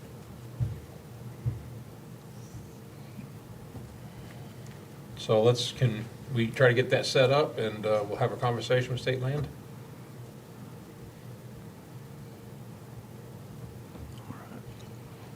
Everybody busily sitting there writing. Thank y'all. I'd like to add that we're trying to do the right thing here, And we have this pipe in the ground, and it needs to be replaced at some point. And I just want to say that I'm proud to work for a company that's willing to go the extra mile and spend the extra dollar to do the right thing. I've been with the company for about 8 years now, and I've been in the industry for about 20, and I'm proud to work for this one. Yeah, we appreciate that as well, and we just need to do our own due diligence so we're not. Yes, sir. Thank you very much. And Mr. Chair, I just want to clarify that we met with the State Land Office yesterday morning, so it's not like, it was after we had talked to them and this came up, so we are just waiting to hear back from her, but I'll follow up with her tomorrow. Okay. We can probably turn the lights back on. Everyone wants to take a nap. That's the problem.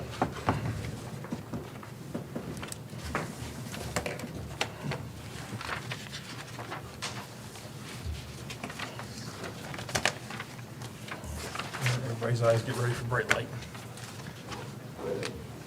Recess. Do what? That's all. That means it's recess time.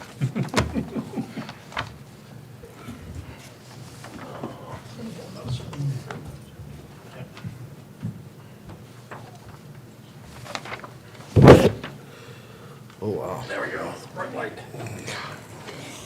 All the gremlins run away. Feels like a traffic stop. Whew. All right, appreciate that, and we'll get back.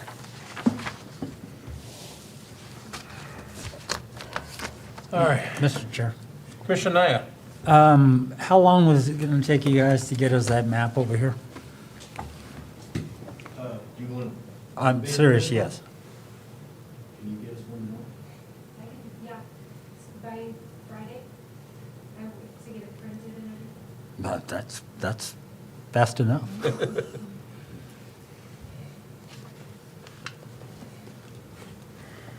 All right, keep this moving here. So we got item 3, commission to consider, take action on unlocking secondary north-facing access doors to town hall offices.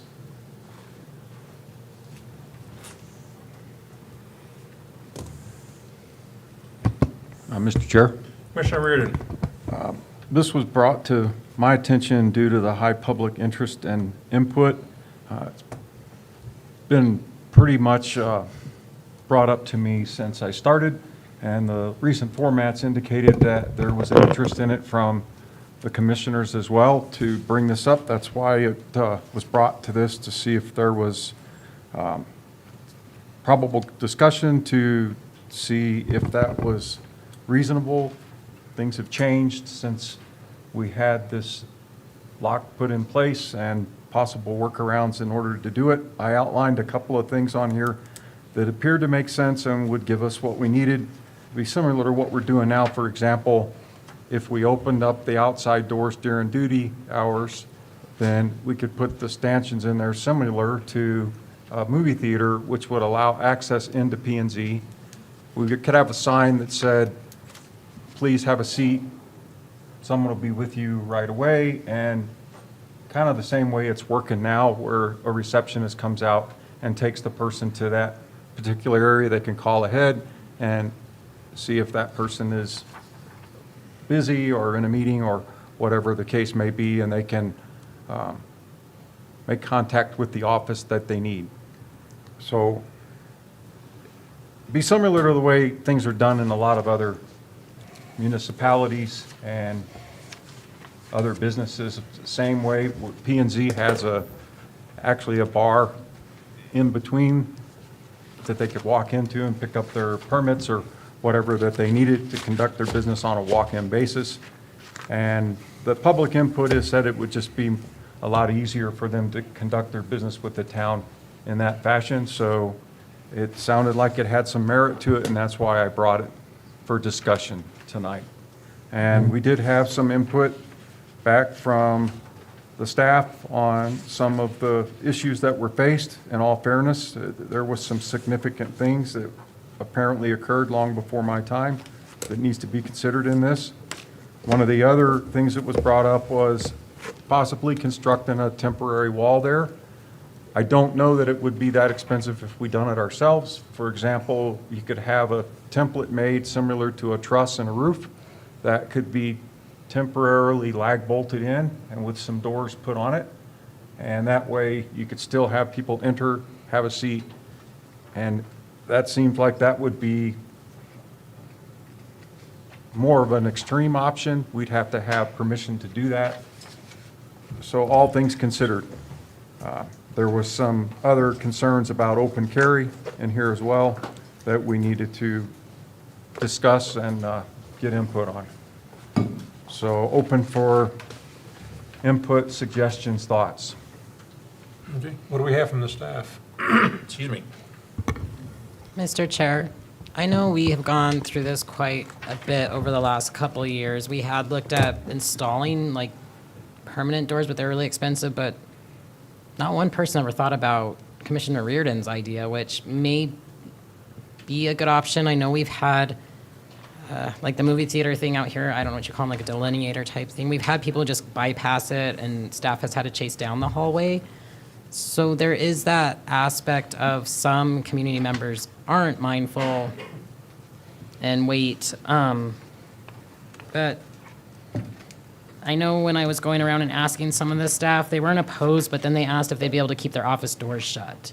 I know if you've ever gone through the building, there's magnets in everybody's doors because everyone keeps their door locked because we were trained for active shooter. In the event one comes, you throw the magnet out and the door will just shut and it's locked. You don't have to worry about it so that we're safe. So that was just one option, as a lot of staff asked if they could just shut their doors. I know with the First Amendment auditors, they are only allowed to go where is open. So if your office is open, they can walk in, but if it's shut, they can't. So that, I mean, that's another level to this as well. Not First Amendment auditors are just checking to make sure that things are the way they're supposed to be, but they can be somewhat aggressive at times. So that's why we have some of these practices in place. When I talked to the chief, I know there was some concerns about active shooters because of the elected and appointed officials, and there has been some hateful feelings going around, as we've seen on social media, just with election season. It's pretty normal. We refer to it as silly season, but that does add a extra level of concern. But I do think there's some options if we need to open that door. Maybe we can look into maybe setting those little delineators up differently or a lot of signs. There can be some other workarounds possibly for it as well, but we do live in a questionable society at the moment. But I don't know if there's any more input from anyone else. Oh, that is true. So Linda and I have talked about this as well. Protecting town records is a big issue right now as well. We've had it in the past where people have gotten in and things have gone missing that we've had to report, and we've gone through that whole process. So there is the records, there is the access to confidentiality or confidential information if someone has computer up and so forth. I know coming from law enforcement, I always had to have an NCIC check on me just because of the level of confidentiality. So that is another, if we're not aware of who's in the building, then that can cause another level of concern. I do know with our Vicata camera system, they do have an option that we can look into where the second that someone goes to draw their gun, the camera system actually identifies it and will alert law enforcement right away. So that's something else we can think about as well. I'm not so concerned about the gun issue. We do have one gentleman who does come and there has been concerns about, but it's just in the event that could happen. I know when we locked down, it was right around the time that the Clovis Library had an active shooter, and it was something that really concerned a lot of us. But I do think there's some other options. I know the one that I've heard a lot is people asking about hiring a security guard. That is something anyone who's gone to Bernalillo County or the city of Albuquerque, you have to check in, you have to put your bags through the conveyor belt, you go through that whole thing. If you go to district court up in Santa Fe, same thing. You can't just go roam the buildings, you have to be escorted, you have to check in. Those are options we can look into as well. I had to go to Bernalillo County recently and I had to sign into a computer and get a name badge, and they had to point me and tell me where to go. I couldn't just go. So those are some options. So for clarification, I'd just like to add that it'd still be similar to the process we have now. You'd have to go to the receptionist to come in. Correct. Right? And that receptionist would have to contact the office that you wanted to visit in order to see if that person was even available in a meeting for just walk-ins. So it really would be the same process we have now, except instead of at the door, they could walk in and they stop there at the reception area, behind the stanchions, behind the temporary barrier that we put in that has a sign, and then they would still be escorted to that area so they could be pointed in the right direction. I don't advocate for anybody just wandering around unescorted for any reason at all. We still need to do it the way we're doing it. It's just simply opening up one step further to allow easy access into P&Z. And then you would have to have sign-in sheets just like you do. I think we're doing that now, so you know who's in the building and what the nature of their business is. I mean, that's typical standard operating procedures for most places. So, no, I don't advocate for any just folks coming in, and even if an auditor wants to come in, they got to sign in, and they need to ask which, identify which office they want to go see. And in that case, I mean, we're obligated to do that like any other customer, is my understanding of what the public's asking for. So I'm the messenger here, and I told them I would bring this up because this was a public interest item. So open discussion here in order to get to a lot of times when these things came up, what I've done in the past is offered a 90-day trial period to see how it worked and what kind of issues we encountered along the way. And we do a study and see if it's working as designed or any encountered problems, then we have something substantial to lean on to say one way or the other, whether it's going to work or it's not going to work or it's not manageable. But we should have a receptionist in that area anyway. I believe we do, but I think, to my understanding, it's being handed off back and forth, that it's, it's subsidized with other people to fill in gaps. So, and anyway, the voice of the public said they feel like it would be helpful for them to have open access to the town hall that are taxpayer dollars. So that's pretty much it. Mr. Chair, I know we're just open to whatever the commission would like to do. Well, I guess we should actually ask our security expert here, the chief, what his thoughts are on this. So I stepped out for a bit, so I missed the first part of the conversation. However, the topic has come up before. I think this part of the building, absolutely. I think, active shooter anymore, it's not just a shooter, it's active threat. If you have a dedicated person or persons wanting to carry out an agenda, it's not always through the form of a gun. It could be a knife, it could be chemicals, it could be whatever. So if we're looking at tightening up security for the town in the same building as our library, yes? Mm-hmm. And that's pretty much open access, another target-rich environment. So I kind of agree with Commissioner Reardon. Maybe we put it out for a trial period, get a little bit of feedback from the town, because the people that are going to feedback on it are the people that are affected by the limited access. But what it does is it keeps the people here in the town that would be more susceptible to those threats safer. So I kind of agree with Commissioner Reardon.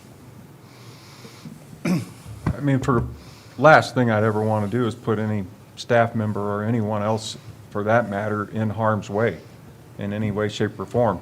I mean, if you want to get in, people tag along to the door. They wait for somebody to come in and they tag along behind them anyway. Yeah. Right? There's only so much you can do, right? Limiting the access is a factor in that calculation that you're doing, obviously. Doing a study to see if, you never know what's going to come out of the woodwork. You really just don't know. If we have an issue like described in the staff report that somebody does come in barging around, then we need to have procedures in place to address that, i.e. we call EPD right away. Yep. And escort them out if they haven't got any business in here and they didn't follow the procedures or they walk through the barriers like you would anywhere else. And Mr. Chair, Commissioner Reardon, I think just to expound on that a little bit too, I think one of your bigger areas would actually be the library. Because if you get people that come in, they have the ability to loiter over there. You never know who's in the building. At least on this side, if they have to go through a barrier or some kind of vetting process, which would be that door, where if it's typically Tina that would let them in. I came in yesterday to visit you, and I didn't have my key with me. I left that in my other shirt. But she recognized who I was, and typically, buzzed me right in, but not everybody gets that luxury.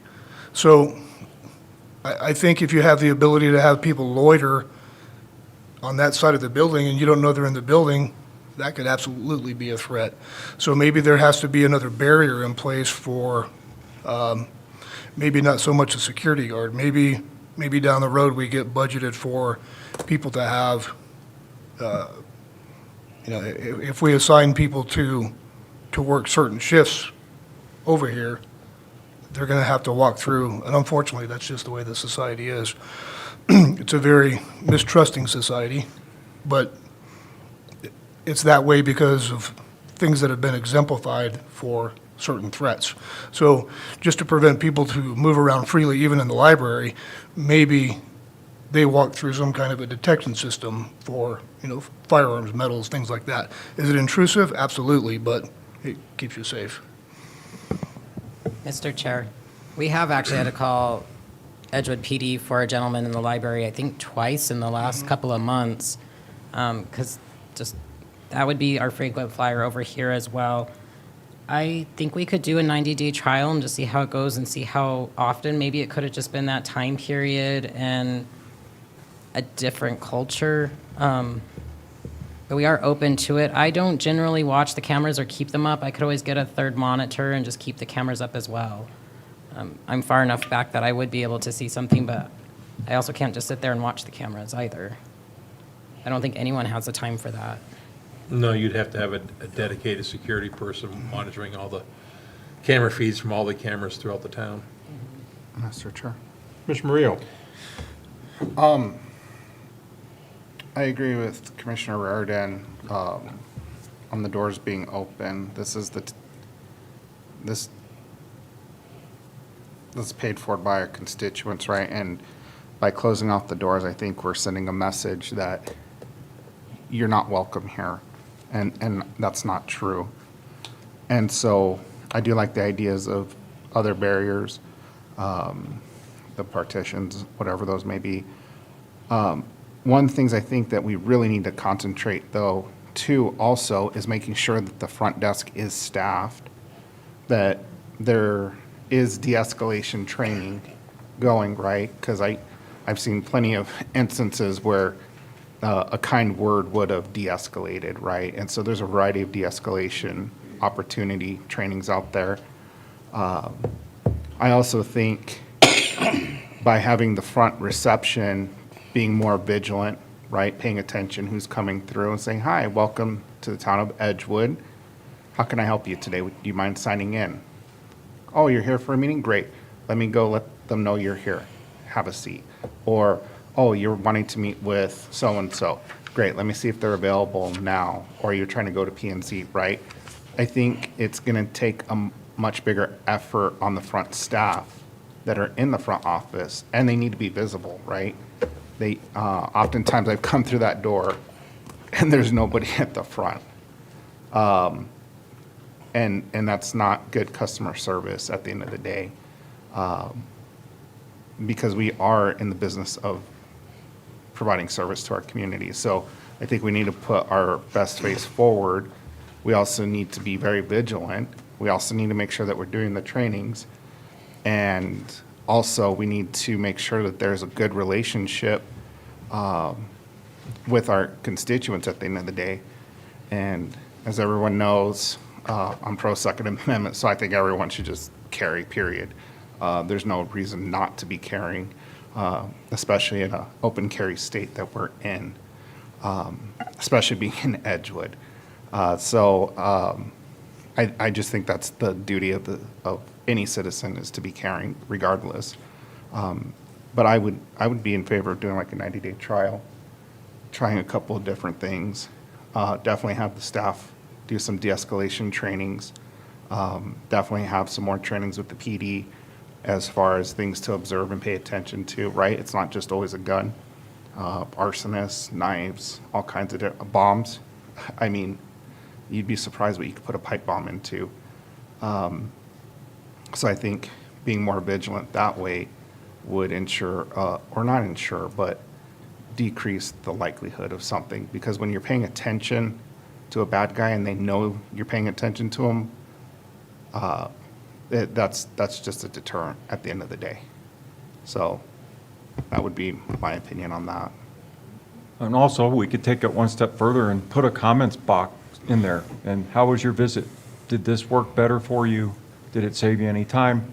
Get some feedback from the public when they come in and ask them to fill out a quick survey of their experience here. And that could cover a whole host of things, not just the entry, but were you seen on time? Did you get your questions answered? That would give us the public feedback that we need in order to become more efficient and effective with our customers. It usually works. I lived by those comment boxes for years, and we really did make a lot of improvements based upon the feedback from the public. So that's just another thought to throw into the mix.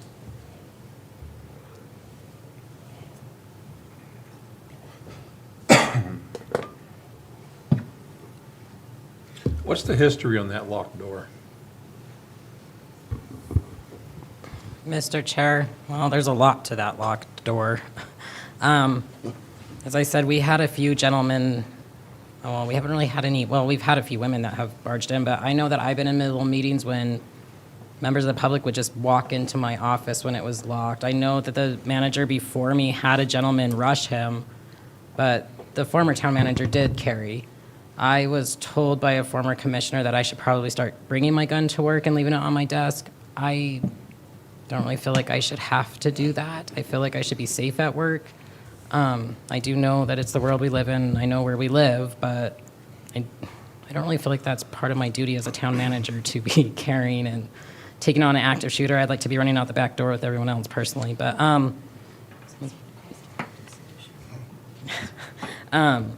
but with that, we had that issue.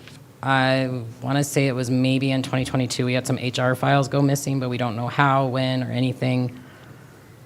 I mean, we've had so many investigations into individuals here that were doing things they shouldn't be, that was another level of it. I know after some strange comments from other individuals, Commissioner Naya was really concerned about the former clerk treasurer, the community liaison, and I, since we were here a lot by ourselves and worked with the chief of police, who they thought that it would be in the best interest since we didn't have a solution, and we continued. I mean, this was on agendas for quite a few meetings, and the cost to put in any type of barrier or door was so expensive.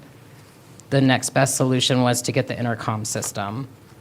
And that's where we ended up heading that way. It had just been an ongoing progressive issue.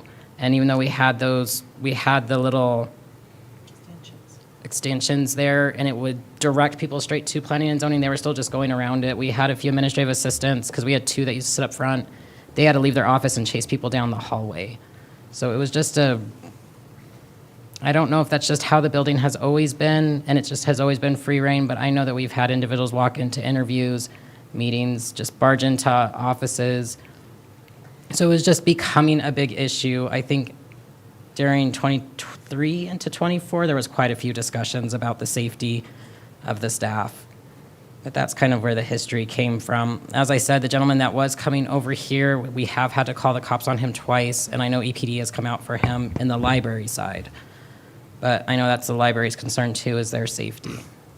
But that's how this led to it. Mr. Chair, one other thing, I would believe that we need to have secondary measures in place as well, too. Our files should be locked up, secured. They should be, in that case, in a GSA-approved safe, where, especially personnel records, there should be only one person that could access those, and they should be secured. Even if someone did get in after hours, they shouldn't be readily available anywhere.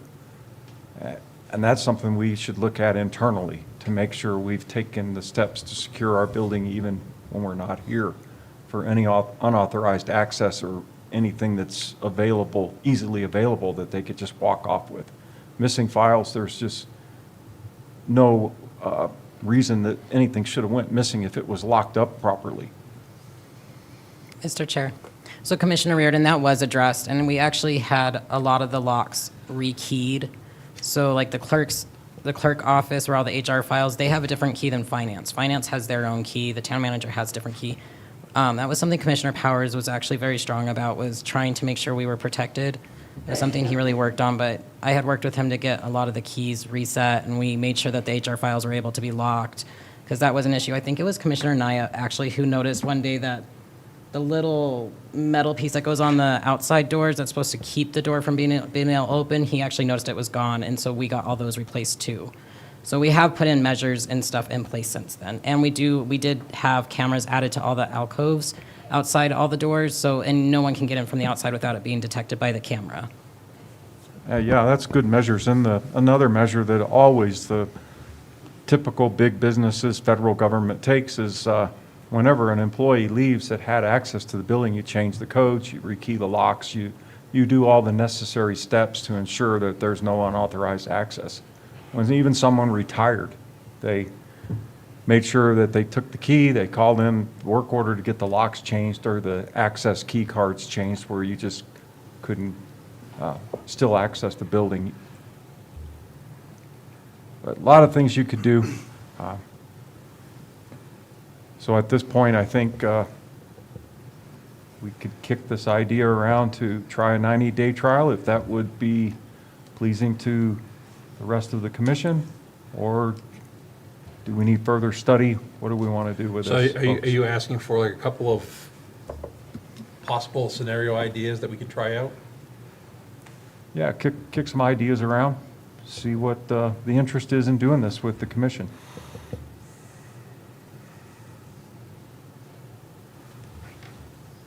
You gonna make that a motion, or? Any further discussion? Any other input from the commission? Staff, any further input?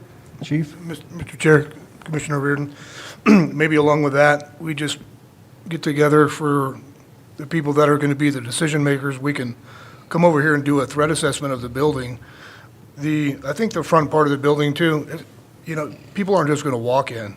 If you look back to, what was it, maybe about a month ago, the truck that drove through the church up north, former Marine, got out, killed some people, and the church burned down. So a further threat assessment of the building to prevent vehicles to be used as kind of battering rams and things like that. But just to expound on what you're talking about with this 90-day, you definitely want feedback. The feedback should come from maybe the form of the people who are going to visit after or during we're making the changes, to figure out if they can make some recommendations, or what do they think about it. Even up here, maybe ballistics glass in front of where the reception area is. Look at what we're doing at the PD. We're over making renovations on a building that we're renting. One of the first places that we took care of was our front desk. We put ballistics glass to protect the ladies up front, and then we changed the door system a little bit too.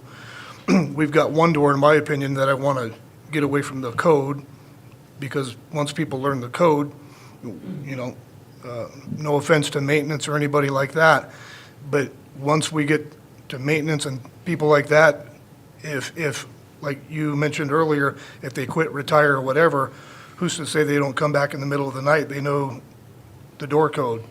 We have to change that. So with the renovations that we made, why can't the town, even up here, why can't you make another partition with steel doors that when someone comes to visit somebody, they make it past, they make it past the first part, the camera system, they get with reception, state what their business is, with whom their business is with, and they wait there. And then they come through another barrier of doors. That construction wouldn't cost much. No.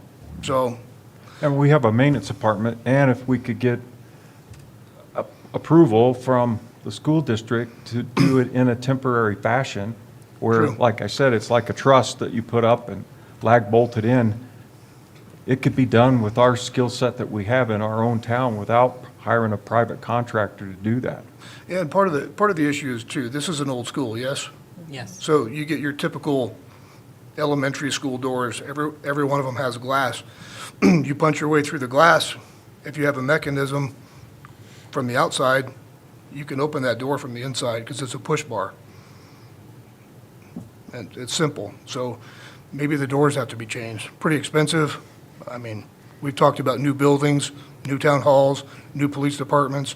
That's really where you fortify, and you make those decisions when you're, but we don't have that luxury here. We didn't build a building, so we would have built it better with a threat assessment attack to it before.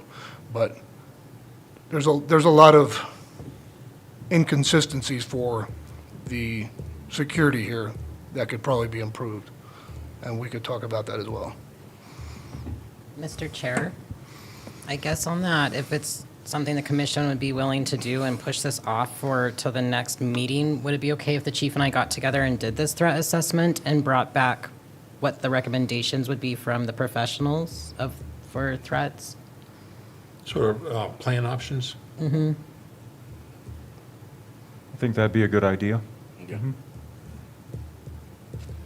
And also along with that, maybe estimated costs of doing those things, and which ones would the school board be willing to allow us to do? That's the two problems with the building. One, we don't own it. Two, this was a school. Building is definitely not set up to be a secured area for confidential information and people working in general. It doesn't lay itself very easily to security.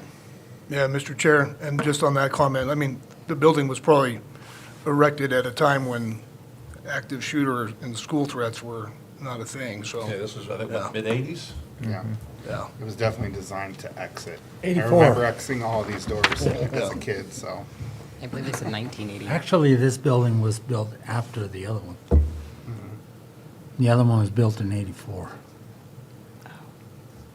Mr. Chair, Commissioner Naya?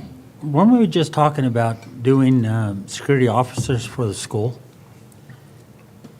A security officer? Yeah. No, Some type sir. of security for the schools where we would go in, the SOs? So Commissioner Naya, that would actually be, we couldn't do a security guard. The security guard, No, I'm just fishing here. Throw me What I'm some- fishing, throw me what I'm some fishing different for is, if we have to go and ask them for permission to have security, then why are they here asking us for security to protect them? It's a win-win situation for both of us. I'm not tracking with you. There's no way in the world they're not gonna say that we can't do security. Here? Yes. You probably could. You could probably contract out with IPS. I don't know that, for us to do it, we'd have to budget for another officer position just to be here to do that. We can definitely discuss that down the road. I mean, everybody has them right now. Yeah, they're very prevalent in courthouses. So when you go into either In Santa Fe state- County, in state buildings, Bernalillo it's County, absolutely. They have people that screen, you gotta clear your pockets, metal detection, you walk through a device, you walk through the device on the way out. So, at least you have to pick your stuff up. As a certified officer, when I got up to this area, coming from Ruidoso, I'd never had gone to a court system where I had to turn my gun in to go testify. I was surprised by that. So that was a little bit different for me to have to give my gun up while I'm inside of a courthouse.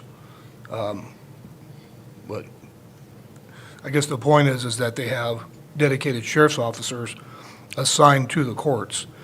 If we had, I don't know how busy the town is during the day and how much traffic either the library gets and how many visitors come over here, but I think there's other barriers that we could put in place first before we put, personnel over here to The make it library look. gets quite a bit. Yeah, I've seen that, so. over here, P and Z is probably the most busiest one. Some days. Yep. But again, most libraries that you go into typically aren't set up Right. for being screened for security when you go in. Well, you guys do your assessment, I think, would Yeah. probably be the best answer for us anyhow. You can come back and say, this is our recommendation, and then we go from there. But if you're gonna come up with a recommendation, you might as well involve the school system so that in case, we do have to do some type of remodeling, then they would have the option to say yes or no at that point. And if they say no, then we got another problem. Yeah, I agree.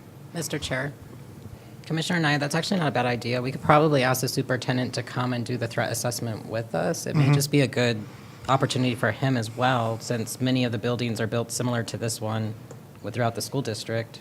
Right.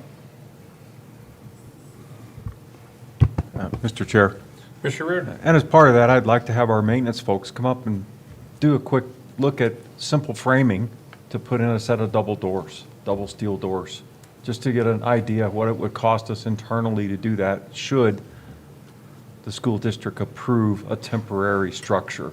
I think so. That's an easy fix.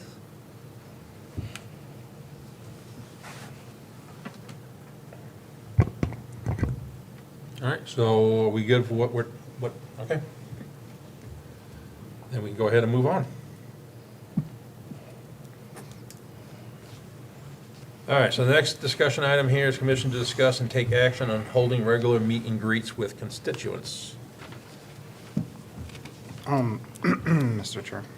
Mr. Murillo? So I brought this. This was actually something that was brought up to me by several constituents over the past few weeks, and I really agreed with them. I thought the meet the candidates for this upcoming election, that was fun for me. I really enjoyed meeting people I don't get to see very often, or people that would just email me. Putting a face to an email was good. And so one of the things I was thinking about is I wonder if it wouldn't be useful for the commission to have quarterly types of meetings. And we could do it here, kind of, maybe we could set up a tray and we could bring, some finger foods or something just for us to kind of mingle with the community. And I think that's where we get a lot of really good ideas, is from the constituents, right? About whether there's an issue that they're identifying, or why don't you try doing this? I know for me personally, I like to have sounding boards. I like to be a sounding board for people. And so that really energizes me as far as idea generation.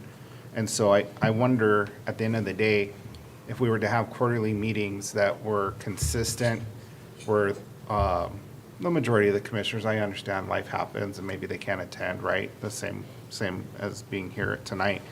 But I think by doing that, would go a long way with the constituents and know who's actually representing them. A lot of folks don't necessarily go out and vote all the time. They don't know who's here, sitting up here.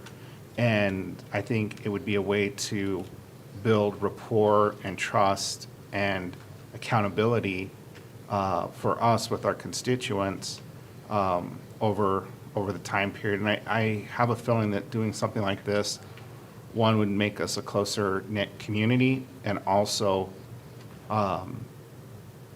put us in a situation where we're getting at the issues that are really concerning the constituents. So that's what I would hope to get out of this. So you're suggesting more like a little informal town hall? Informal town hall, meet and greet, nothing super fancy, nothing where we're sitting up here separated from the audience. Like a mix and mingle. Like a mixer kind of situation, just no alcohol. Mr. Chair, Mr. Reardon? I did get the same amount of feedback from the public that they really enjoyed interacting with us and sharing their ideas and bringing things openly to us, and they had our undivided attention. And we took notes. That's where a lot of these things came from. That's what the public wanted to see. So I'd love to see more of that too. Get their input. That's what we're here for. That's what we're paid to do, is get the public's view and perception and recommendations. So I think it'd be a good idea if we did some sort of a mixer, possibly quarterly, and get our input. Mr. Chair, so we could do like a workshop type of feel if, I mean, for all 5 to be here. That is an option. We've done that in the past when we've done presentations, when we did the State of the Town address. We've done it for awards and so forth. But you guys can pick any day, but that way it's like a meeting, but not with the informality that you guys like. We just have to make sure we always post it because there'd be a quorum. Correct. If we did it, where if we had like a rotating thing where there's always going to be 2 commissioners from districts and it constantly rotates, then you don't have to worry about, having to post for quorum. True. Mr. Chair. Mr. Mario? Well, honestly, I think it would be fairly easily, because I would propose that we do quarterly meet and greets with the community on the off weeks of our 2nd and 4th meetings. So either the first Tuesday, or obviously we need to look at the schedule and see what other meetings are going on, right? I know P&Z has theirs, Park and Rec has theirs here too. So if we could find a day where we could just quarterly, and then we could just post the 4 dates. It's only 4 days out of the year. So we could just do a blanket quorum kind of situation, so we wouldn't even have to worry about rotation. I mean, let's simplify it. Make it as simple as possible.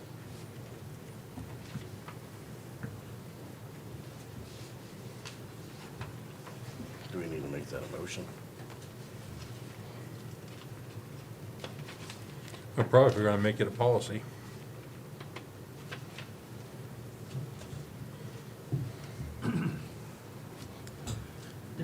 Mr. Chair, Commissioner Naya? it doesn't have to be a policy. It can just be an item that we put on an agenda. Certain date is meet and greet, period. We don't have to change any type of ordinances or anything like that. It's just a discussion meeting with constituents. That's it. Like workshops. Yeah, that's it. Real simple. We don't need to make it all complicated. All right, so let's. Any one of us can write a agenda request and put it in there as a meet and greet for a certain time. All right, can staff take care of that? Date and time, and we're good to go. That's it. All right. Simple. Anything else we need to talk about on this one? Oh, Mr. Chair, Yes. I guess just on that thought, so in the event, I know this is more of like a quarterly or here and there thing, but if a commissioner did want to have one, for whatever reason, they're getting the same question over and over again, you can always contact Linda, myself, or the clerk, and we can always try to organize something as well. Things happen, the pipeline may, I don't know, sorry to pick on you guys, but that may spark some higher questions from the constituents where it might be easier to have a meet and greet session like that to answer questions. So in the event something big like that happens, we can always schedule something for the commission at any time. We just need to have advance notice. Everybody good on this one? Okay. Mr. Chair, could I just ask commissioners, would you like to start that as of like the first of the year with the first quarter? Yeah, probably, because we're going in the holidays and life gets hectic. Okay, thank you. There's gonna be new people. All right, so moving on to commissioner to consider and take action on job description for the alternate municipal judge. Mr. Chair, we had discussed this a little while back, that Judge White has an alternate judge, but the alternate judge has gotten really busy with his real estate company, from what I understand. And he is looking to get another one as soon as possible. But when we went to go post the job, we didn't have a job description. although this is very basic, it does come from state statute. We wanted to ensure that anyone who's applying to be the alternate municipal judge understands what it is that they need to do, what are the requirements. It lays down the process, including the application process, because once we get everything, it comes to the commission to choose their top 5, I believe. That then goes on to the judge to pick who his alternate judge is. We also the rate is $20 an hour for the alternate judge. We wanted to make sure, is that what the commission would like to pay an alternate judge, or do we want to increase that? Yeah, 2014 is when the ordinance is. If you see, it's 2014-04. A lot has changed in the last 11 years.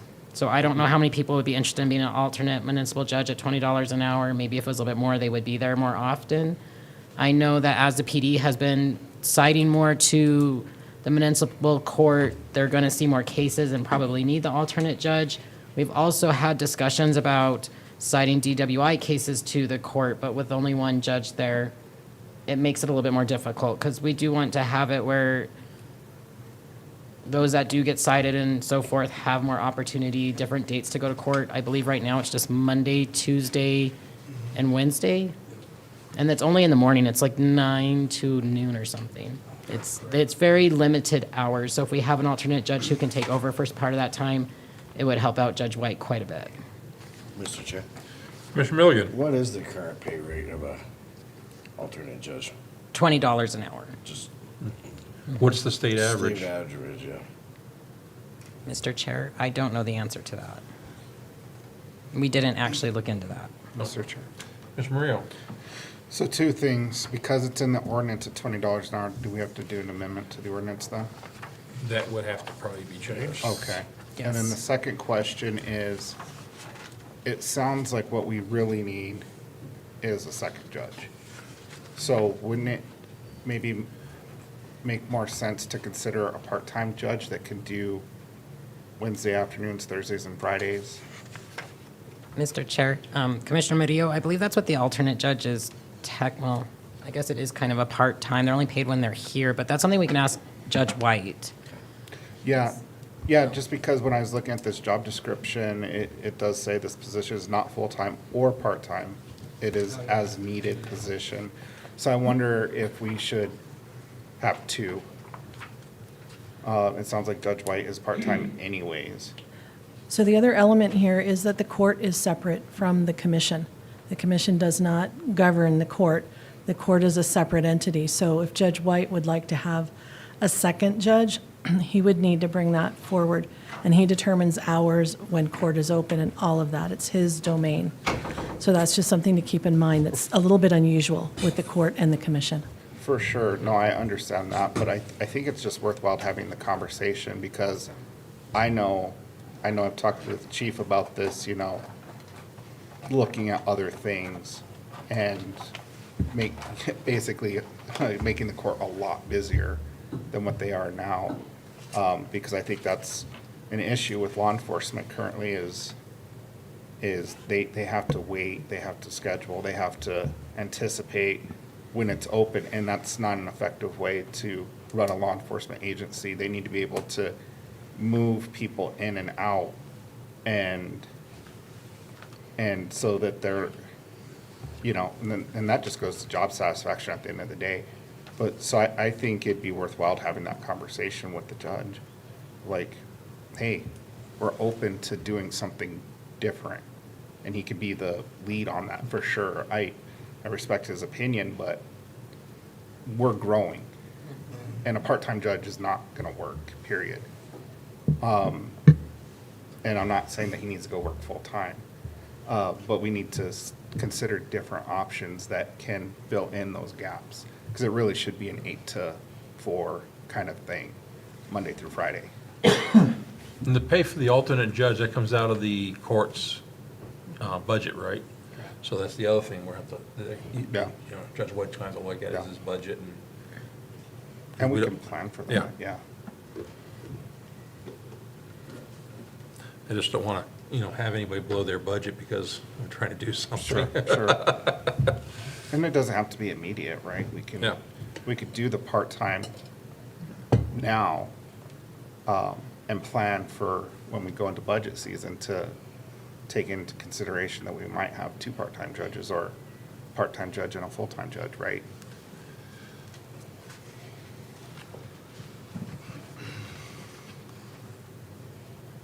And the other thing too, as you were saying that stuff, as we're growing, there's more and more people that are working, there may come a time that we need to have at least one day a week night court. Yep.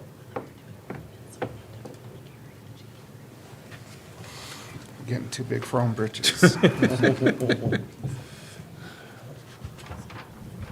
Mr. Chair, I can call the judge and discuss this with him, and then we can bring this back to the next meeting if that works. I do know that Judge White is the only one on the ballot, and we were almost without a judge because no one was going to run. He called me to ask when you had to declare, and I was like, well, that was that day, so he flew up to Santa Fe to make sure it got done. But I can have this discussion with him because maybe a second judge would help. I know that he's had some personal issues that he's had to step away for here and there, so it may be in the best interest to have a part-time judge or just a second judge. Mr. Chair, Commissioner Marrero? can we also look into, like, I understand I don't want to do the judge's job, I don't. And I have no desire in directing his work, period. But I also think that some type of collaboration where we're communicating with each other. So I'd like to know what's the extent of the communication that we can have. Can we collaborate as far as determining the growth of the town, right?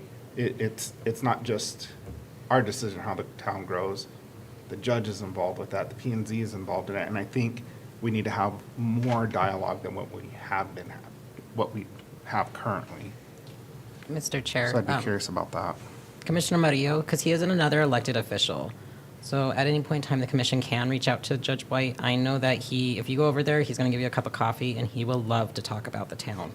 So if you just schedule that with him, he really enjoys it. And I know over the years, there's always been like this separation, because he has his own elected official office, but we've really, at Town Hall, have really tried to include the courts as much as possible so that they know that it is a little bit different, but they still come over and do a lot with us. I think Judge White would really appreciate being a part of a conversation on the growth of the town, and I know he has an idea of how the court will grow too. He's been Right. here the whole time, so I think he'd be very receptive and would really appreciate that discussion, and we can always set that up too. Yeah. Yeah, Judge White was the first one that gave me a break on my first speeding ticket, so. Mr. Chair, I could be wrong, but I think he's the only judge we've ever had. Yeah. No? Oh, there was a Judge Apple before. Oh. But That was before I could drive. I just know he's been the judge for like the last 20 some odd years. Okay, so everybody good where we're at with that one? All right. Mr. Chair, Commissioner Naya? I need to make a request that, on an agenda item that we have already passed. But I just walked out in the hall, and it's pitch black. Oh, yeah, the stupid light. Can somebody get a hold of the school and tell them we need to change some of the electrical to where we have lights on during meetings? That's all supposed to be on motion sensors, isn't it? They are motion sensors, but it didn't come on. Gotta never flow noticed your me. arms. I'm not gonna say it. Thank you. I don't like walking around dark corners. Mr. Chair, Commissioner Naya, I've been here late at night, and the trigger's like way down here, so when you're walking down the hallway, it's just pitch Right. black at like 9 o'clock at night. It's a very unsettling feeling. Yep, should have multiple triggers. All right, so Oh, that, the light switch. are we good to move? All right, next up is our closed session. I need a motion to go into closed session. Mr. Chair, Commissioner Reardon? I'd like to make a few statements before we go into closed session, if that'd be okay. First of all, I'd like to thank Marathon Gas for showing up in the presentation tonight. Thank you, folks. That was a good presentation. Secondly, there was comments made about the first item on closed session, whether or not it's accepted. I would like to know if we could do a little more research on that to find out if we need to do this, or if we're doing it properly before we engage in that. Is that a possibility to look into that before we do this tonight? For the first one, I think. Mr. Chair, for the water utility update, that's tied to some acquisition of water that we were discussing with the lawyers. So, I mean, we could bring it back if you want to the next one and just title it different. It's really what the commission will feel comfortable with. I just want to make sure that we're doing the right thing by the public. If this is something that should be open to the public versus being in a closed session, want to make sure we're doing the right thing there. If it needs to go to a workshop, maybe that's a better fit for it. I don't know, just based upon what Ms. Holly stated when she stood up here a minute ago, to make sure we're on solid legal ground with this. Mr. Chair, this closed session was actually for our attorneys to update the commission on some water utility and water acquisition that we've been working on. I think if anything, it should probably be titled differently and maybe under, I guess because the water rights is where we put it here, but we could put it under legal, so we can bring it back to the next commission meeting and just label it under legal, because it has to do with the water rights and some water utility, but it is attorney-client privileged information. Okay.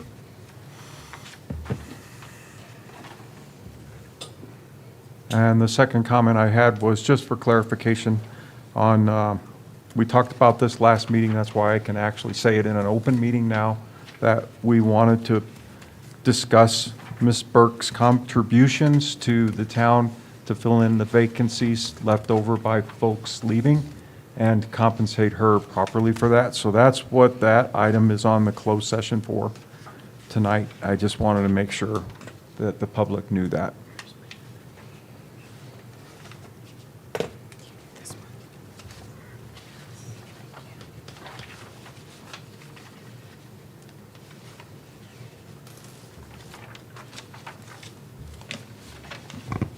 All right, so I still need a motion for the closed session. Mr. Chair, just so I know, if we're not going to do the first one, I just need to let the attorney know. He's on hold. He was just going to wait for our phone call, but I just need to let him know one way or the other so he can go to bed or do whatever he's doing.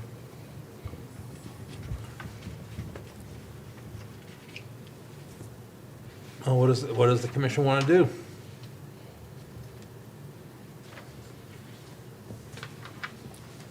Mr. Chair, I think we should just look into it to make sure we're doing the right thing. If we need to postpone it for a little while to rename this or wherever we need to be with it, I think it's probably in our best interest to do so.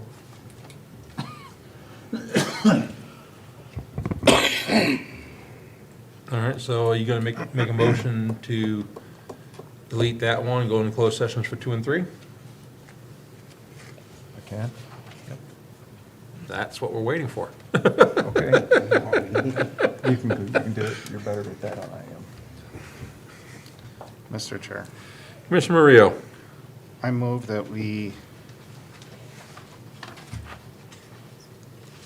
skip item H1 for closed session and go into closed session as per motion roll call pursuant to NMSA Section 10-15-1H2, limited personnel matters, the discussion of hiring, promotion, demotion, dismissal, assignment, or resignation of, or the investigation of complaints or charges against any individual public employee, town manager, and as per motion and roll call pursuant to NMSA Section 10-15-1H2, limited personnel matters, the discussion of hiring, promotion, demotion, dismissal, assignment, or resignation of, or the investigation of complaints or charges against any individual public employee, community liaison. All right, do we have a second? Second. All right, it's been seconded. Any further discussion? We are deleting H1 and going in closed sessions for H2 and H3. If no further discussion, will the deputy clerk please take the roll call? Roll call. Commissioner Reardon, Aye. Commissioner Murillo, Aye. Commissioner Milligan, Aye. Commissioner Anaya, Aye. Commissioner Brennan. Aye. Motion carries. All right, time 54.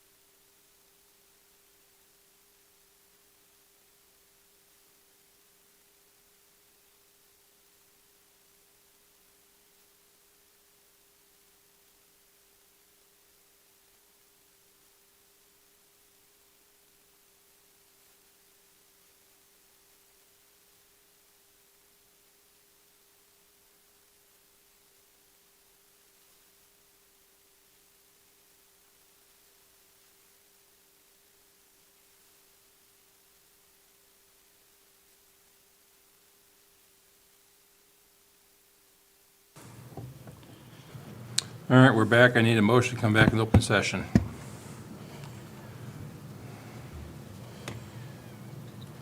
Mr. Chair, Commissioner Murillo. I move to come back into session. Second. All right, it's been motioned and seconded to come back to open session. Will the deputy clerk please take a roll call vote? Commissioner Reardon, Here. Commissioner Murillo, Here. Commissioner Milligan, Here. Commissioner Anaya, Here. Commissioner Brennan. Here. Aye. Motion passes. I affirm that only items were discussed on the closed session and no action were taken. I so affirm. I so affirm. I so affirm. I so affirm.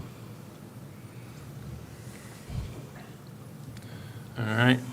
Action on close, also to let the public know that item 3 on the closed session did not occur. And action on the closed session. Mr. Chair, Commissioner Murillo. I move that based on the discussion held in closed session regarding the town manager's mid-year performance review, along with other pertinent information, the town of Edgewood governing body accepts the resignation of the town manager effective today, 28 October 25. The town clerk shall serve as the point of contact for the town manager to schedule a time to collect personal belongings.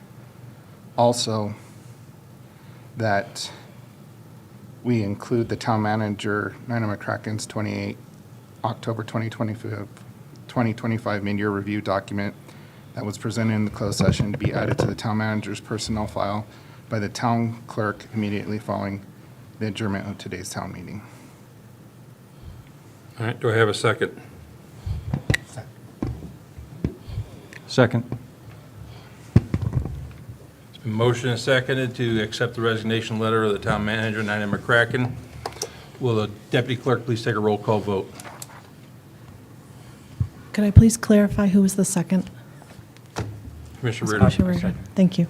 Commissioner Reardon, Aye. Commissioner Murillo, Aye. Commissioner Milligan, Nay. Commissioner Anaya, Aye. Commissioner Brennan. Nay. Motion passes.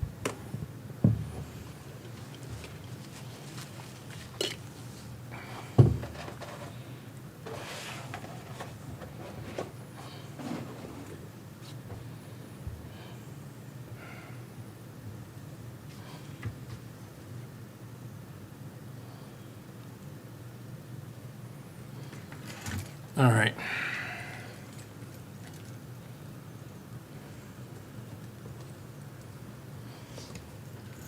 Let the record show that I, Kenneth Donald Brennan, strongly disagree with this action. I believe it was wrong. I believe it was immoral. And could also possibly be unlawful. Objection. Objection is noted, but it's still part of the record. Future meetings. Regular meeting is November 12th, 2025, 6 p.m., rescheduled due to the November 11th being the 2025 Veterans Day holiday. Regular meeting November 25th, 2025 at 6 p.m. Regular meeting December 9th, 2025, at 6 p.m. Future events. Story time and craft at Edgewood Library, Wednesday morning, 11 a.m. Library scavenger hunt, October 21 and 25 during regular library hours. Trunk or treat in Venus Park, Friday, October 31st, 6 to 9 p.m. Zombie 5K run and walk at Venus Park, Saturday, November 1, 8 a.m. to 10 a.m. Election Day, Tuesday, November 4th. Teen Advisory Council, Tuesday, November 4th, 5:45 to 6:45. Economic Development Advisory Board meeting, Wednesday, November 5, 6 p.m. Twinkle Light Parade and tree lighting Friday, December 5th, 6 to 9 p.m. Final comments by commissioners? Make a motion to adjourn. Motion has been made to adjourn. Is it seconded? We have to sign those documents. Oh, that's right, in session. I withdraw my motion.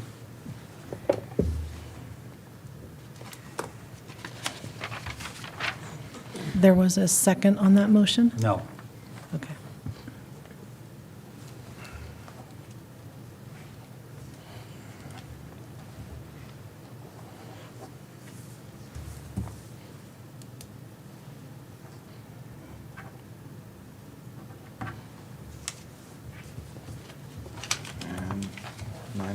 sign this one.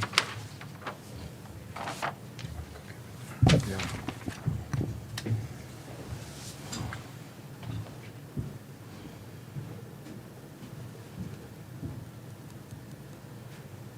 This one has to be signed too.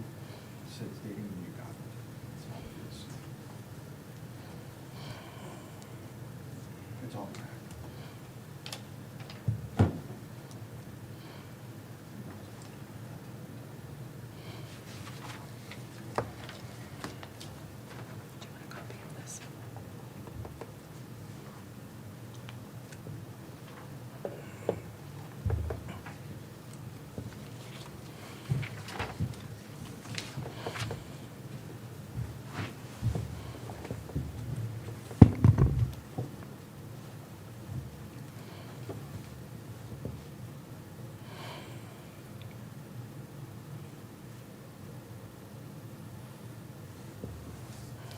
Motion to adjourn.